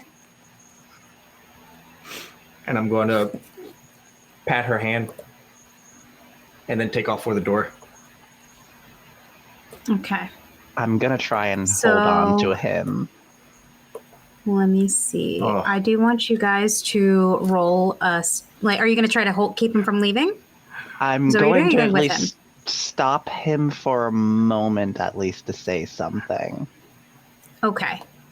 Okay. If you were trying to stop him, I was going to ask you what hand you were holding on to. Fair. I'm holding two. But which ones? The One of them right detaches. ones? Okay, not that one. That's fine. One of them detaches. Do me a favor. Roll me a sleight of hand to see which hand you grab. Sleight of hand. Drink your Me? water. Cheers. Cheers. Cheers! Yay! I don't have water, so I'll just awkwardly cover this bottle as I take More a drink. coffee. How's a 9? Dehydrated noodle. You definitely grab onto the arm that pops off. It's the metal arm. No. As Varix rolls his ass out at the door. So Varix, No, you're it's gonna just roll the me- hand. It's just the hand that detaches. He twists it a bit, and Okay. it just. pops right off. So Varix, you're gonna roll me a stealth since you're choosing to follow Captain Aurora. Yes. I am definitely good at these. Yeah, you rolled really well. Okay, let's see what she rolls for I was perception. fully expecting another natural one. And when Varix leaves, Okay.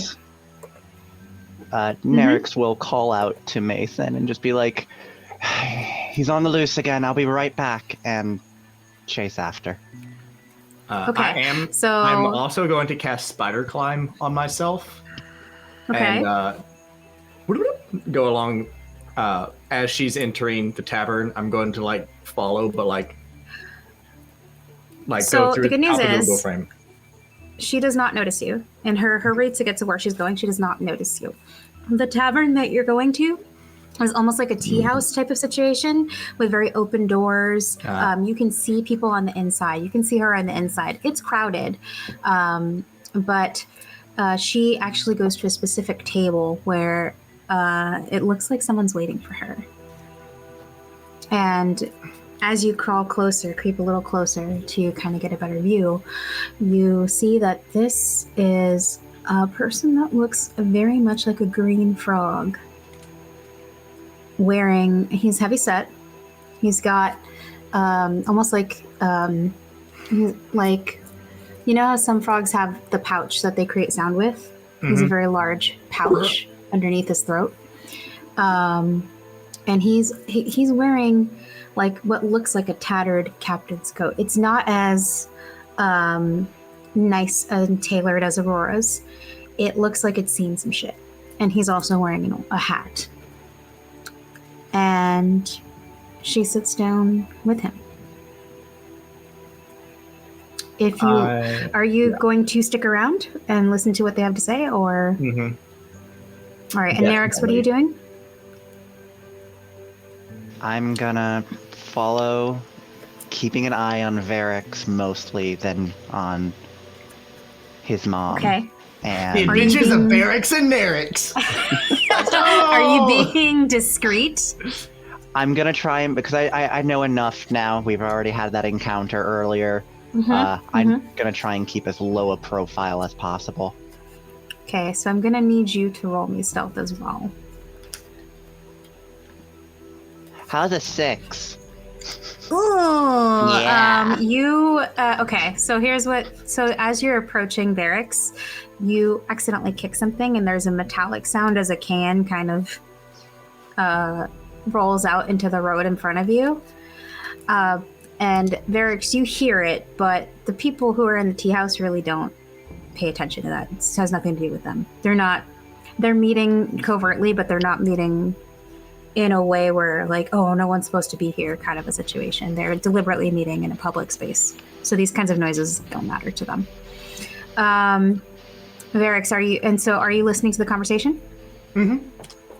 So you can hear,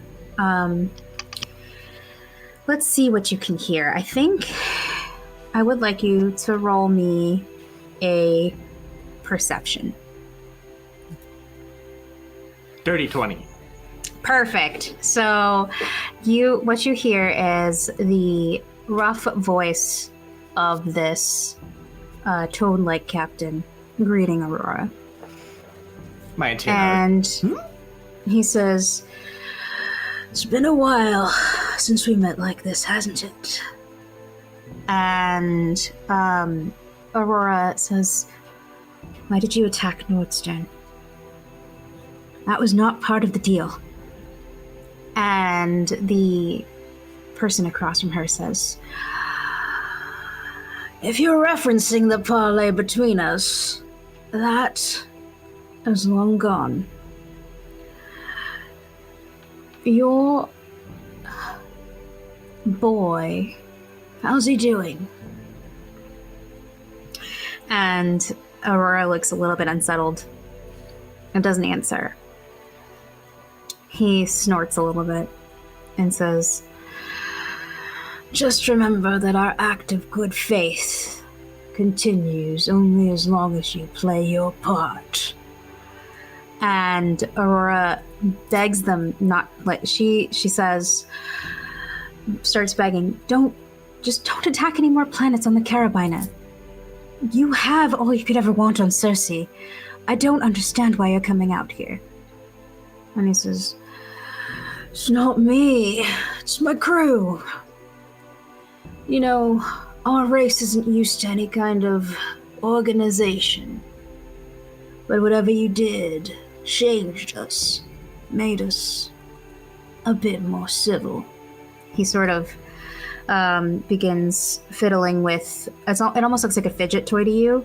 There's something in his hand that he's just like kind of using as like the sort of fidget tool. "Well, that doesn't mean all our instincts have been shut down. And we can't stay on Cersei forever."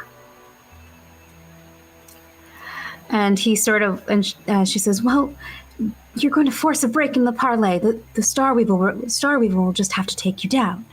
And the captain just lets out this like kind of laugh. "You think that your debt is paid? Because ours is. You have no more authority over us, and we'll do as we see fit. Do you have what I asked for?" And Aurora looks at him and says, "I don't have it anymore. I lost it a long time ago." And the captain looks at her and says, "Liar. Hiding it is different than losing it." And he looks at her intensely. And then he gets up and leaves. With the parting words of, "I'll find it eventually." And Aurora's just left sitting there. I would also like to inform you that currently another 30 minutes have elapsed. So an hour has passed by within your 2-hour limit.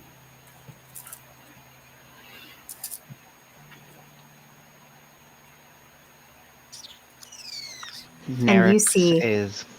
Yes, go ahead. No, go ahead. Nerix is going to try and wave over to Varix to get his attention.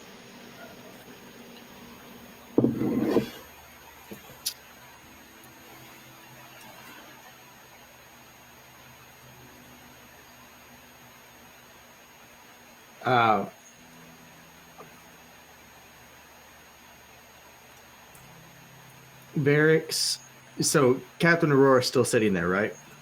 Mm-hmm. God, I didn't want to waste a spell slot. Well, actually, as you watch, she sits there for really a moment, and then she gets up to leave. And she doesn't come out of the front either. She goes actually the opposite direction. I'm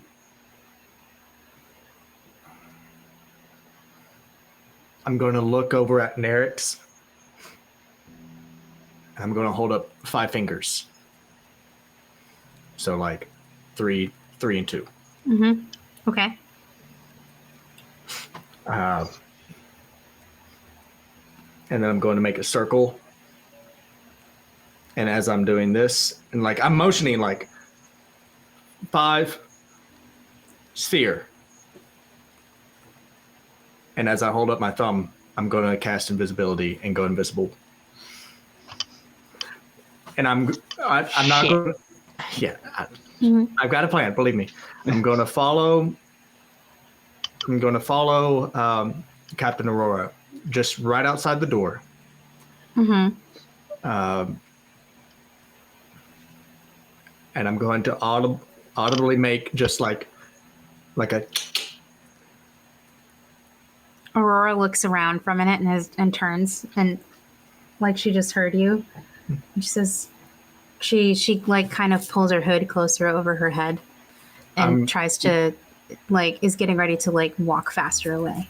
While she's just briefly paused, I'm going to try to slip that little bauble I stole earlier into her coat pocket.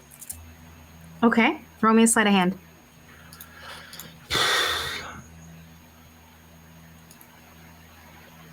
$18. Okay, you succeed. She doesn't notice you put that into her pocket. Yep. And then I'm going to go back through the door. Okay. And when you do this, as you complete this process, you feel a little, almost like a warmth coming from somewhere. I peed my pants. No. Where did you put the pin that she gave you? The pin? Mm-hmm. It's right on my breast pocket. So you feel that grow warm. Just for a moment.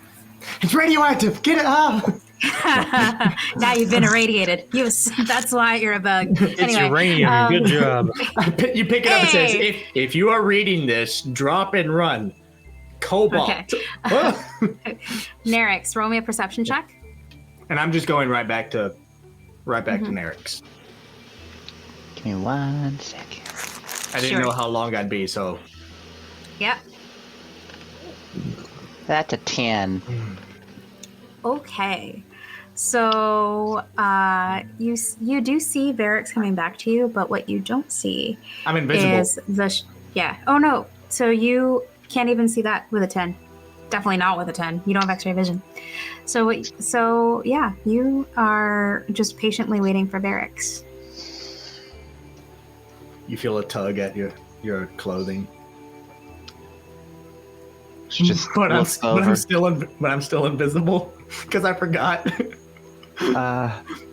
She just reaches out. If you swat at it, and if you hit him by accident, he'll be invisible. I'll take a hold of your hand. Yeah. If you reached your hand out, he was just going to take a hold of it. Yeah, but first it would be a slow reach out, and then it would have been a swat. So you're saving yourself from a hit. Yes. Yeah. Nat, since you've been, dealt damage, you can be uninvisible now. Ta-da! So make it easy. All right. Mm-hmm. Can I see you now? Please. I'm trying to think of the right word. Give me a second.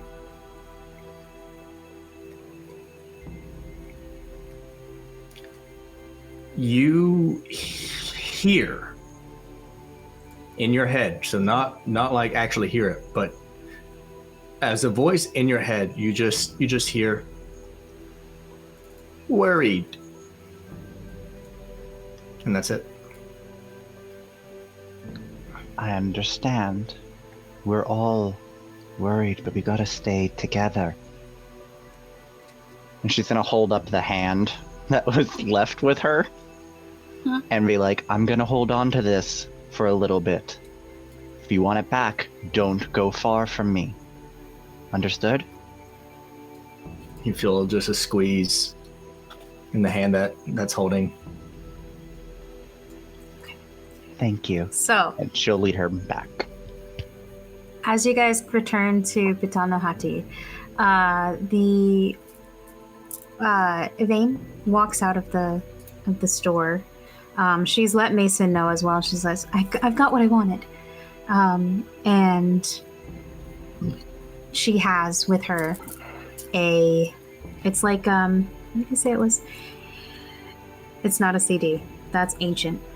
That's ancient technology. We don't do that here. CD's nuts. Yeah, but Wow. Got him! I see what you did there. Okay. Woo. Okay. She has 2 items. She has 2 USBs. And one of them is the map.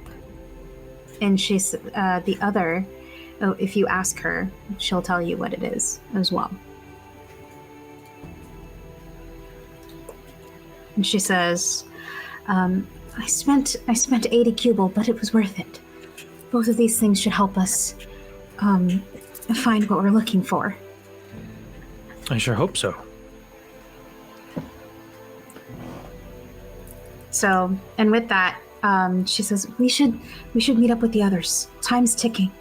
Time is always ticking, yes. Where are look around for the other 2? I don't know.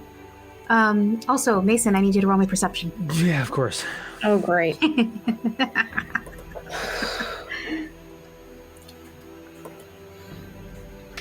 18. Okay, so you, with an 18, you see not what you saw before, but you do see a shadow moving along the stalls. It looked, and because you catch more, because you're so alert for threats, you can see the glint of armor as well. You are being followed. I'm immediately going to find the 2 that came with me. I'll look for them immediately. You find one. Yes. All right. Yvain jogs to keep up with you because you're like, we gotta go. Yeah. So who do I find first? I'm with Nerix. I'm still invisible. Oh, Yes. so I find Nerix. Okay. And my ball droid. My ball I'm gonna droid see- is I'm floating gonna see Nerix be awkwardly like- along. Where's the little one? He's right. Here, and gonna pat the area where I assume Varix's head is. I haven't seen a mime in a long time. This is not funny. I'm not that good at this. Trust me. He's right here. Varix, if you really are there, knock that whatever that is over. I've literally been making noises. He doesn't care. He just wants to see you knock something over. I punch you in the knee. Yeah, okay. Oh my god. Okay. Okay. Yvain hurriedly puts the USBs in her bag and is like, "We really got to go. If we're found, I don't know what's gonna happen." Oh no, we've been found. We have to leave. Oh no, we're there. We have to go. Yvain's looking from left to right, trying to see something, and not. We gotta go, and starts making her way as fast, power walking towards the fucking tree to meet up with the other guys. I'm gonna grab on and Nerix and just do a little chain toe and just start running. All right. So you guys are headed back towards the plum blossom tree. Mm-hmm. Then we also have our group who's at the Wise Mule. You guys are also booking it back to the plum blossom tree, correct? Well, Ed and Kalani? we were getting shit done pretty good and fast, so I think we might not be booking it, but yeah. Okay.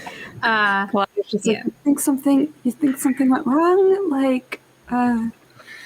Of course something went wrong. Of course something went wrong. Of course something went wrong. We gotta get. Yeah. So Cat Leia's like, no. Sarah's very good at getting what needs to get done. I'm sure he's on his way right now. And this is as you arrive By at the the plum way, blossom tree. sir, enlighten me. How do you know sir? If you don't mind my asking. Oh, I'm Was that a his informant. sentence? I'm his informant here on Serpens. So he's not from Serpens. No, I'm not sure. I never asked. It's not my job to know that. Nobody knows anything. All right. My job is to give him the information that he requires. And his name is, again, I'm sorry, we just met each other. Well, we call him Garnet. The grayish blue guy, long hair, is kind of twinky looking. Him? You call him Garnet? Yes, it's a code name. Fantastic. Garnet. I'm Aquamarine. We have Topaz as well. And there's a few more. But That's just... Sir wouldn't want me to tell you that information. I don't think you told me anything. I appreciate you very much, though. Kalani's Beautiful definitely not taking notes. arrangement of code names. Oh, I'm gonna do the little. Thank you so poor much. Kalia. Well, if I weren't in such a fucking hurry, I would treat you to something, but I can't, obviously. The meat is running on the cow. I'm We gotta sure go. I'm sure if Sir trusts you, then it's all right. Right? There's so much trust going on. It's just, Trust is oozing out of our ears. yeah. Oh my God. It's so fast. All right, friend, and as fast you make friend. it to the tree, I'm going to need you to roll perception. All right, God. Let's hope it's a good one. You're It's not talking gonna about. be. My first thought when you were like Topaz and Amber, I was like Crystal Beast from Yu-Gi-Oh! GX. Oh, that's a nat Nerd. 20. It's straight to Steven Okay. Universe. So here's the deal. You see, because you are a fucking professional, as you said. Now.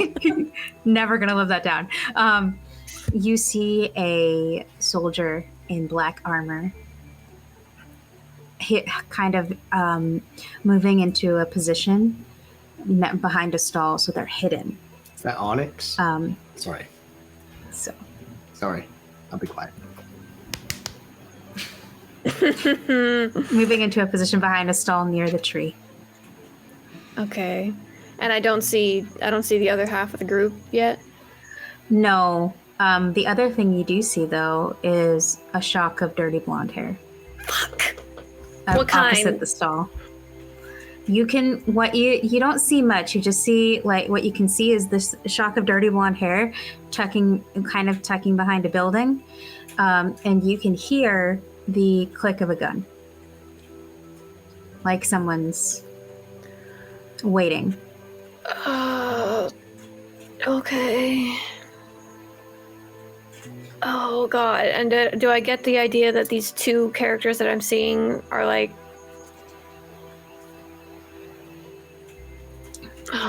coming for you guys? The soldier, for sure, you get the sense that they've been following you. They've been tailing you. And you also have Amaryllis with you, and Amaryllis mentioned that you were followed. So this is definitely that. The other person, you're not sure. Okay, I'm gonna tell Amaryllis that, in whatever sort of casual way I can, that the dude in black is sort of like, just kind of like point them out, so that they're aware, and maybe imply that they should go after them that way, or at least pay attention in that way. I'm gonna say, I think I spot another one over here. I'm gonna try to run some divergence. As And you I'm- are trying to put this plan into place with Amaryllis, the other half of the group finally walks up. And I'm going to do a little roll here. Oh God. Okay. You, another 30 minutes has elapsed. Fuck. So you are at an hour 30. You have 30 minutes to get back to the ship before the Dowager is fully aware of your presence. When you tell Amaryllis this, she looks at you and she says, "The Dowager probably already knows. You have to leave." We'll try to buy you some time. I know that.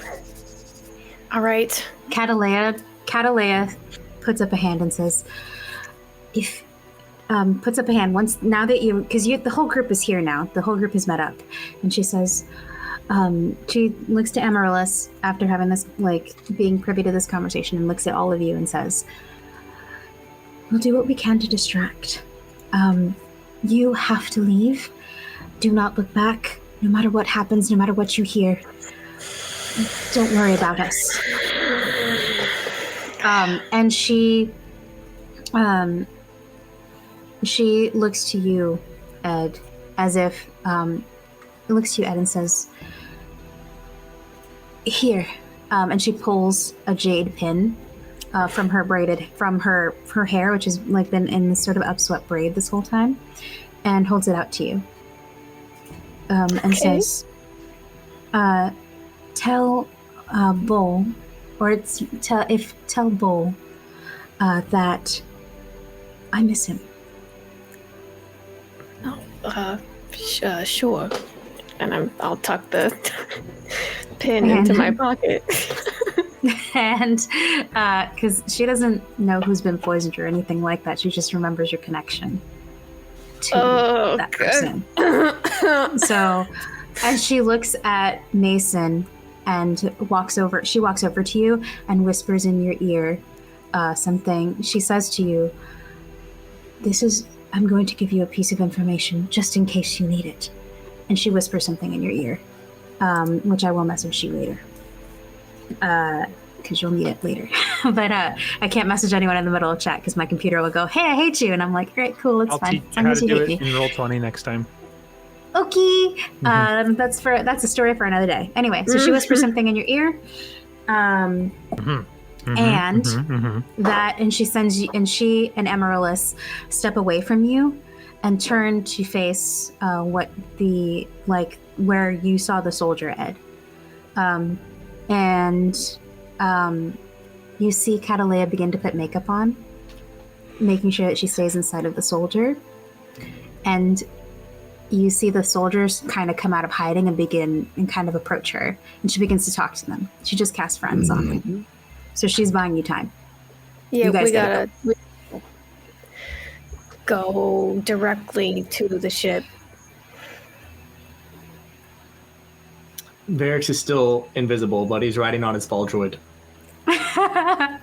Varix, you're fine. They don't see you. Everyone else, though, they gotta go. Yep, we're Time leaving. to quicken our pace. Let's go. Mm-hmm.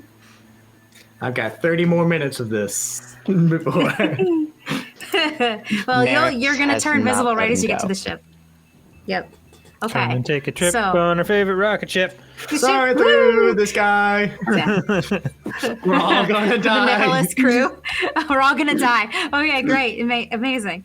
All right, so that you guys are out of here. It turns out we didn't really need the map for that much, which is fine. I'm relieved. So we are leaving the Haitian market. We are going through the streets of Silva, trying to get back to the ship as fast as possible. You don't see any signs of Sully. You just have to have a little faith that he has been following you from a distance this whole time and hasn't found a need to show himself. And as you're getting to the ship, Mason, I need you to roll me one more perception check. Oh, God. Mason, roll me a check. And, oh God. I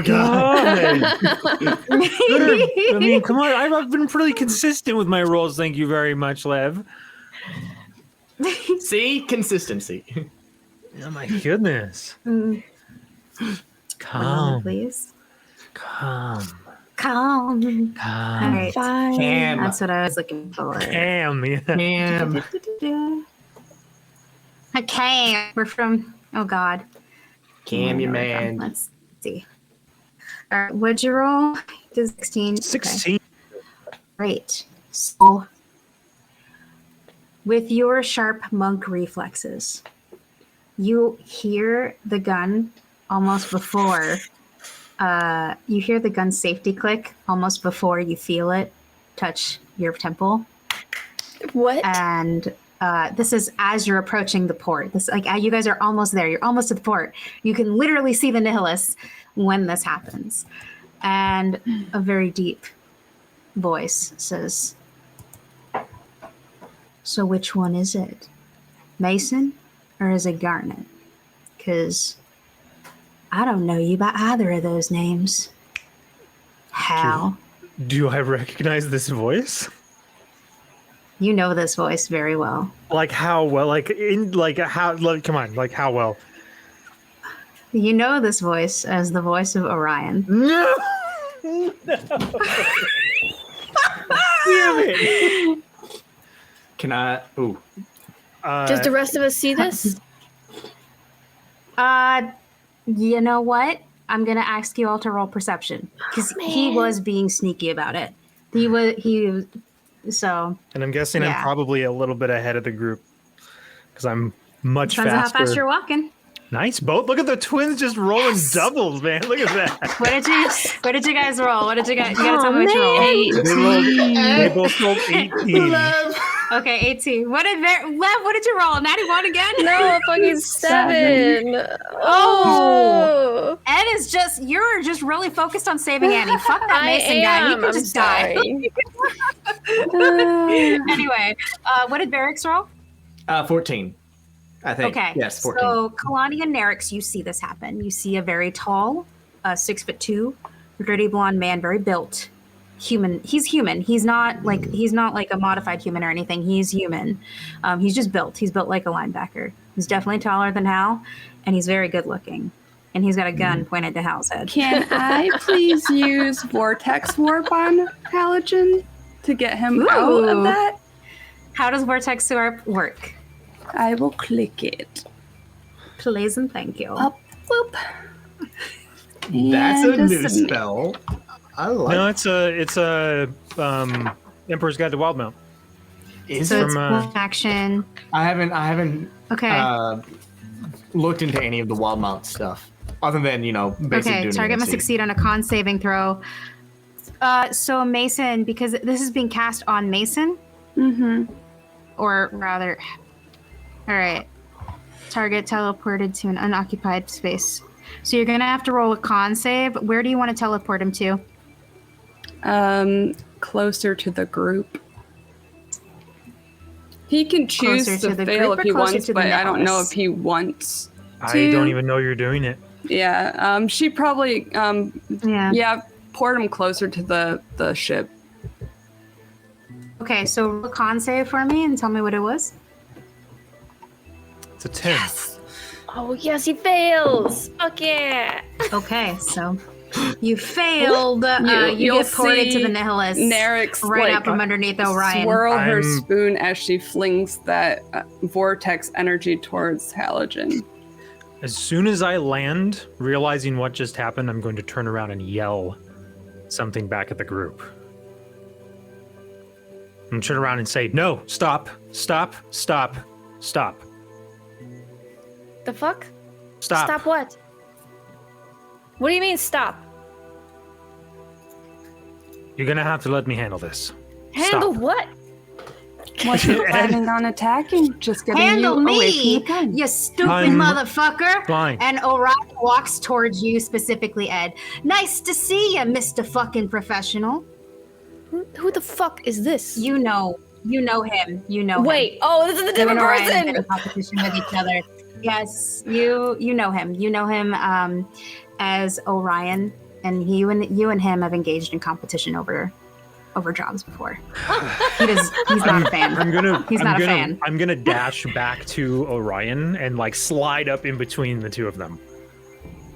I guess you think you're a big damn hero now, huh? Stop it. Stop it. They don't have anything to do. He like pushes up against you, They like don't he's trying to have like any- come at They you. don't have anything to do with what happened between you and me. They have nothing to do with it. You think I don't know that this motherfucker took a job? I take a bunch of jobs. They I'm a don't have fucking professional. It's like you've been Listen, saying it. Mr. Mouthful of Cotton, I Wait. don't want to hear your crap right now. I'm gonna- talking to Hal. I'm just gonna Did he slap even tell you his Orion. real goddamn name? Oh, Garnet. Garnet. what the?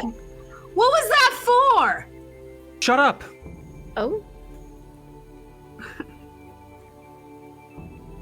He like lifts his head at you and like rubs his cheek, and he kind of does this pout that's very different from like the Orion you know, Ed.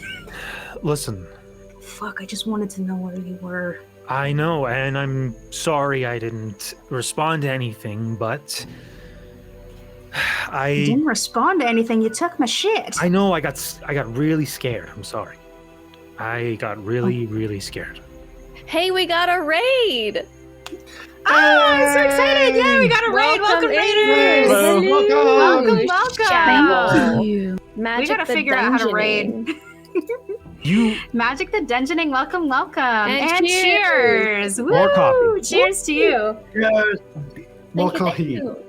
All right. I So, you know I want to dive into this too. Do you know Ed? of course I know Ed. He's my competition. Okay. If the okay. Dowager hadn't hired me to do this damn job, I would never have found you. Right, look. We're into some really deep shit here. Okay, and this is not the Better place. be if you pissed off the damn Dowager. She I- wants we- your head on a stick. Yeah, I bet we did, but this right here is not the place to do this. And if you promise not to kill me, we can talk about it on the ship and get the hell out of here. Or You we can have this promised not to conversation. leave. What makes you think that I'm going to promise to not kill you? I don't think that the rest of my crew is going to allow that to happen. So, you can either join us and we can have this conversation in a place that isn't going to get us all killed, including you, or the rest of my friends here are going to have a problem because I'm pretty sure they're not going to let you try and kill me. I Kalani just can't take waves Mr. as she looks Professional over over to her there? sister. Yes, and they're Oh, I'm- professional enough, all right? I'm we've enjoying got- this quite a bit. So, I'm gonna get in really close with Orion.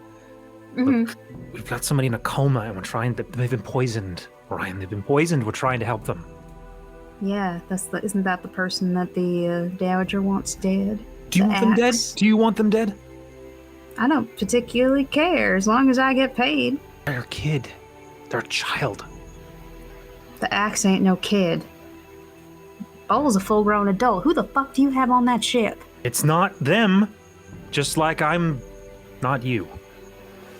Fucking shit. What did y'all get yourselves into? Well, it actually, What you know what? What did know you what? get into, Hal? You should be thanking me a little bit for you not getting into this shit. Thanking you. You know what? You knocked you. yourself over again, and now you're here, and you're into it. So let's get on the fucking ship and get the hell out of this place, and then we can talk about it some more. Make some understandings with some things, right, lover? Disso? No, fucking Swear to God, I it's- looked up at the chat. Now kiss. I was like this All close right. to saying something like that with Ed, so it's like Oh. it's the vibe. Orion just looks at you and takes lot a of deep breath, sexual like his attention. nostrils flare for a moment, and he says, I'm not gonna get on that ship with you, but I'll let you go, as long as you come back. This time, anyway. God, you're hot when you're serious. All right, fine, I promise. Orion So, visibly we were right, blushes there is as you something. address him. Orion visibly turns bright pink. I'm not supposed to say that when I'm trying to be tough. Yeah, damn I it. know. All right, I will find you. You know I will. The rest of we need to leave now. We need to go. If you There are don't, people I following will. us right now. All right. If At this everyone's point- getting ready to He shoulders go his or gun. sort of like Yes. filters away, Ed's gonna like sort of saunter up just for a quick second up to Orion and be like, "So are you Topaz or do you like a softer one that's like Pearl or Diamond or something? Like, what's your name?" I'm going You know to what? I'm going to backhand Ed's chest. Would you back the No, fuck that's- up? That's okay. That's okay. Why don't we talk about your friend Wendy? Wendy sang like a fucking songbird. Told me all about you, Mr. Ed. Yeah, I know a lot of people that make a All lot right, of all right. I fucking start mistakes. pushing Ed away. Are we forever, Ed? How about it? You wish. Bye, Pink Diamond, fucking Rose Quartz. See you, Pearl. Have a good one. See you later. Your code names are stupid, Cal. I just want to let you know. Shut He the just fuck wants up. To let you know. Just get out of here, will you? Yeah, The Dowager notices you. You're fucking dead anyway. I can't save you. I'm sorry, Ed. You're in my way. Look, Get the little fuck- no. Wait, are you still invisible, Varix? I was You're just holding about your to, hand up, I like- was just about to ask, would my invisibility be dropping? Because your invisibility would probably drop right as you reach Nihilus. Okay, I was just going to say, like, if it drops, like, as we're going by him, he just sees me appear or fade into existence on top of the ball droid, and I'm just going to just... Okay, so if he sees that happen, he's going to lean over to Hal and go, you know you got roaches, right? Yeah, look. There's a lot already going told on him. There's a lot going on right now. Let's just forget about this for the moment, and we'll talk about it when I get back. Okay? I mean, I'm not going to get on a ship with pests, but all right, you enjoy Does that. Does Varix hear him? He's We talking got low, so we delicious probably may frog not hear legs. that. Frog legs. He's like, I'm gonna go. Y'all get off here before the Dowager sees you. I can't. I'm not. I'm gonna just say I didn't find you. She doesn't. But you have to come back out, or I will already look for you. I have a promised very you. specific set of skills. Yeah, I know, and I copied them. Now we have to leave. Let's go. He just rolls his eyes at you, After and then you. he grabs you by the shoulder, and envelops you in a big bear hug. Stay safe, you stupid fuck. And then lets him go. There is a pistol underneath my jacket that I'm really wanting to use. Yeah, I will push the others along. Go, go, go, go, go, go, go, go, go. Just Orion leaves. Calm down, That bro. was cute. thank you. I appreciate it. Yeah, stay the fuck away from him. Oh, I wouldn't have zapped you away if you didn't, have a gun to your head. Look, he's aggressive, all right? Aggressive. I don't know who you I'm all gonna assume know. you're talking and walking onto Yeah. the Nihilus. Yeah, correct? She's All right. like, she All had right. already said after you. Also, what the fuck was that you moved? Don't do that again, please. That was really unsettling. Yeah, I you was definitely gonna throw feel up. sick, BTW. Like, Oh, you feel a yeah. little nauseous. Oh, All right. I felt like Saw my a stomach gun. was up inside of my head. It was very. I could, just. I saw the gun. I reacted. I apologize. I won't save your life next time. No. Look. Come on. I'm sorry. I'm just riled up. I didn't think Ryan would show up. I really didn't think he was going to show up. I really didn't think he was going to find me that quick. It's only been, I don't know, however long it has been since we left. But Weeks. No. apparently, Maybe it's because he's a professional too. he is You that hear good. Candle's voice he is that as good at- Sully yeah. walks up. He's that good at what he does. So anyway, I'm sure we're going to have a lot to talk about, but let's not do it until we're safer. Yes, I have stuff to make. Let's go. Yes. I keep glancing at Ed. Sully's calm voice says, as I recall, we have to administer an antidote Yeah. to save our friend's life. fucking yeah, doing that. Oof, got Candles distracted by other things. Is Ed still wearing that giant? Yeah, he had a great trench butt. coat? That was Candle. He had a great butt. What did Barry Yeah, say? that's why he's Sorry. only nice to look at walking away. I was asking, is Ed still wearing that trench coat? Or Yeah, okay. it's huge. Okay. Well, it's not. huge. It's like just like a big, giant puffy jacket, completely unnecessarily large. Gotcha. Look like marshmallow out here. Yeah. Very angry marshmallow. Mm-hmm. And as you guys enter the ship, you hear the buzzing of Platinum Q, and Bubbles comes over to you, Varix, and chitters at you, and then makes a little nest on your head, like they're happy you're back. And I'll scratch his head. Yes, We'll chitter back and forth a little bit. Just yes, yeah, chitter back and forth. Varix's new friend Bubbles, and Ren is waiting for you guys. She's been with Annie this whole time, and she looks at you guys and says, "Did you get it? Yeah. Yep. All right, let's go ahead and give him give him at least whatever you got. I've tried to just keep his soul in his body for now, but we're gonna have to get off planet because the illusion's gonna drop any second." Yeah, we can do that at the same time.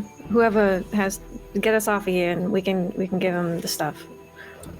Varix, you're still with the group, right? You haven't just gone directly to the engine room? I'll hang out with the group for a little bit. Okay, so Evane holding these USBs, so it looks at you, Varix, and says, the Dowager is probably going to be here any second. We have to get off-world as fast as we can, and there's only one way to do that. And she looks at you, Varix, and says, if you go to the secondary control panel, and it's slightly to the left, and a couple panels down, that panel's loose. That's where you'll find the vial of Euphorium. Put that in the engines, and that'll get us where we're going. His face doesn't really. His face literally lights up.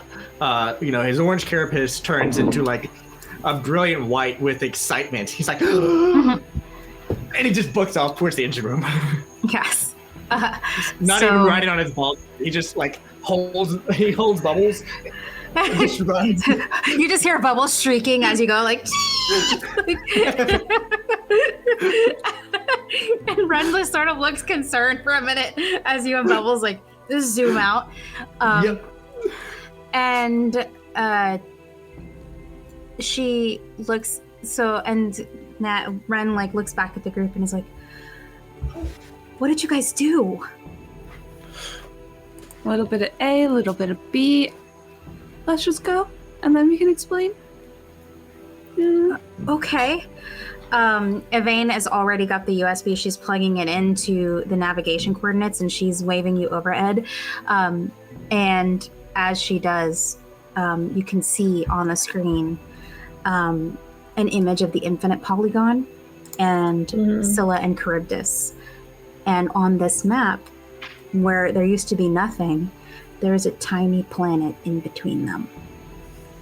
And the coordinates flash up above, and a little menu flashes. Confirm coordinates? ? Yeah. So it confirms the coordinates, and it says coordinates locked. Get to it then. Do the thing. All right. And so there you go. And as you guys are preparing, you can hear outside you can hear going on outside the Nader Song soldiers kind of approaching the dock and starting to inspect each ship. They're looking for you. Yeah, do the thing faster. I'm on it. Yeah. Varix, you are installing the Euphorium, so Yes. I'm going to need some rolls from you. Me? Same as we did when you blow were up the doing ship. the arm. Same as we did when you were doing the arm. Go ahead and roll. I think we said it was a dex and an int. Dex to decide that whether you did the physical part right, int to decide how well you did that. Sleight of hand, and then whatever it is. Yeah. Mm-hmm. So what I've done is I've gone down. I've retrieved the Euphorium. Let me pull up the map that you sent me, so that way I can have a reference. I can describe Because- it as well verbally if you like, whichever you prefer. Whichever you want, because I've got the map So- right here. But for our viewers, they may want. As Varix goes down into the engine room, he passes through the cargo hold with the Nihilis's supplies for the journey. And you open up the little hatch that you opened up before and go down the ladder into the engine room. At the center of the engine room, there is an enormous engine, and just in front of it are two smaller engines. These are called the sub-engines. They'll take over in the event the main engine fails for some reason. There are two panels. One is the main control panel that has the cipher that activates the engines, and the other is the auxiliary control panel that is there so that the system can be monitored from two different points. Along the walls and the ceiling, you can see the soft glow of the fiber optic cables that connect to the engine, which are actually located underneath the floorboards and the ceiling in order to conserve space. And then, of course, you have your workbench with your hoist. on one side of the room as well. All right. So what I've done is I've gone downstairs and I've rummaged through, grabbed the Euphorium, and I've gone to the main engine, the little panel there. Since the engines are off, it's safe to operate, which I pull a couple levers, do a little button sequences, and the hatch pops open. And I go inside, and normally there's a thorium deposit that is what is the main fuel source. And I just go in and I open up the casing, switch out the Euphorium and the thorium, or at least I try to, with an 11 for my sleight of hand. Are you using your droid to assist you with this? Yes, always. Then I will take the 19 instead of the 11, and you will have a success. So it's successfully installed. Droid always goes with me. Yep.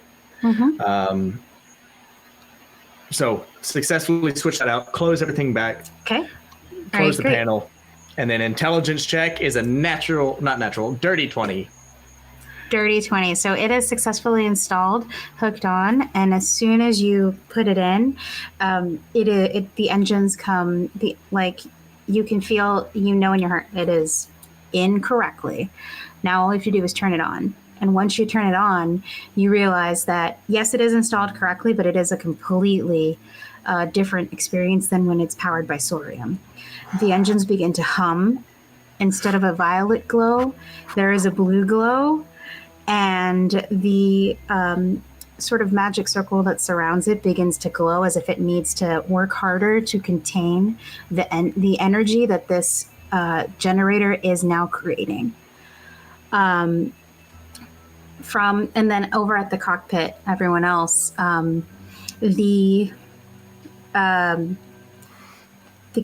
you can see Yvain in trying to operate the pilot's chair. And once the coordinates are locked, she hits the takeoff button just as the soldiers are getting to the masked version of the Nihilus to inspect the ship. And you all get an airdrop that says "buckle up" with an emote of Barrett's. Just buckle up. Anyway. So, and as soon as Yvain hits go, the ship is in the air. You're not even all of you are. It's one of those situations where you move so fast, you haven't moved at all. You literally are holding still, and the atmosphere has changed. And that was the first jump. The second jump is you feel as though you're holding still.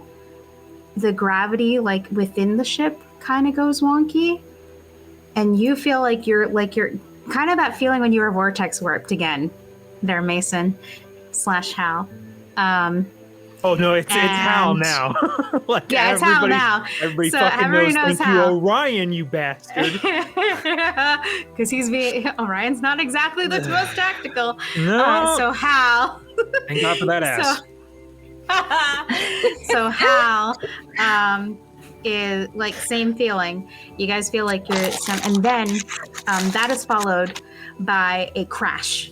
You hear a thunk as the ship jerks forward and it lands. And Varix, steam is rising from the engine. Panic. Steam is literally rising from the engine. All of the monitors are saying failure overload, emergency shutdown engaged. So the main engine has now shut down. Immediate going to jury rigging anything he can. He's like, oh god, any scrap pieces. Well, you're not going anywhere. You've landed. You're in somewhere. You just kind of crash landed somewhere. You just don't know where you are. And as you've crash landed, everybody sort of jerks forward. I need everyone to roll me a dexterity saving throw to determine whether or not you remain upright when this crash happens. Oh god. My best save, and I still roll a 10. Roman, what is this? What is this gift you just hit me? Oh, that's very. So Halogen, you literally fall over. Like you are knocked into a wall and then plunk on the floor. Is this Kalani, considered? Oh, wait, you that's hit a not- kitchen hold up. shelf onto the floor. Is this considered AOE? Okay, yeah. Is it? Oh no. Yeah, Okay. Varix rolled a natural one, is it- baby. no, I was like. So, Varix, when this crash happens, you literally like just hit a wall, and like your droid then hits you, and then you fall on the floor. The droid stays up, but you cushion the droid's fall. And you fall the fuck over. Like you just fall and roll. Nerix is the only one who's managed to grab the table. Even Evane and Ren like went for a ride. Annie's just in the chair like half dead, so Annie's just like, Oh God! like that's him. He Just jerked forward and sliding that was around it. like a wet noodle. I think they secured him at there. least. No. Like he's got a. Like, I figured he just stayed in the chair because he was secured, so he's just like kathunk, like he just sort of jerks up and jerks down.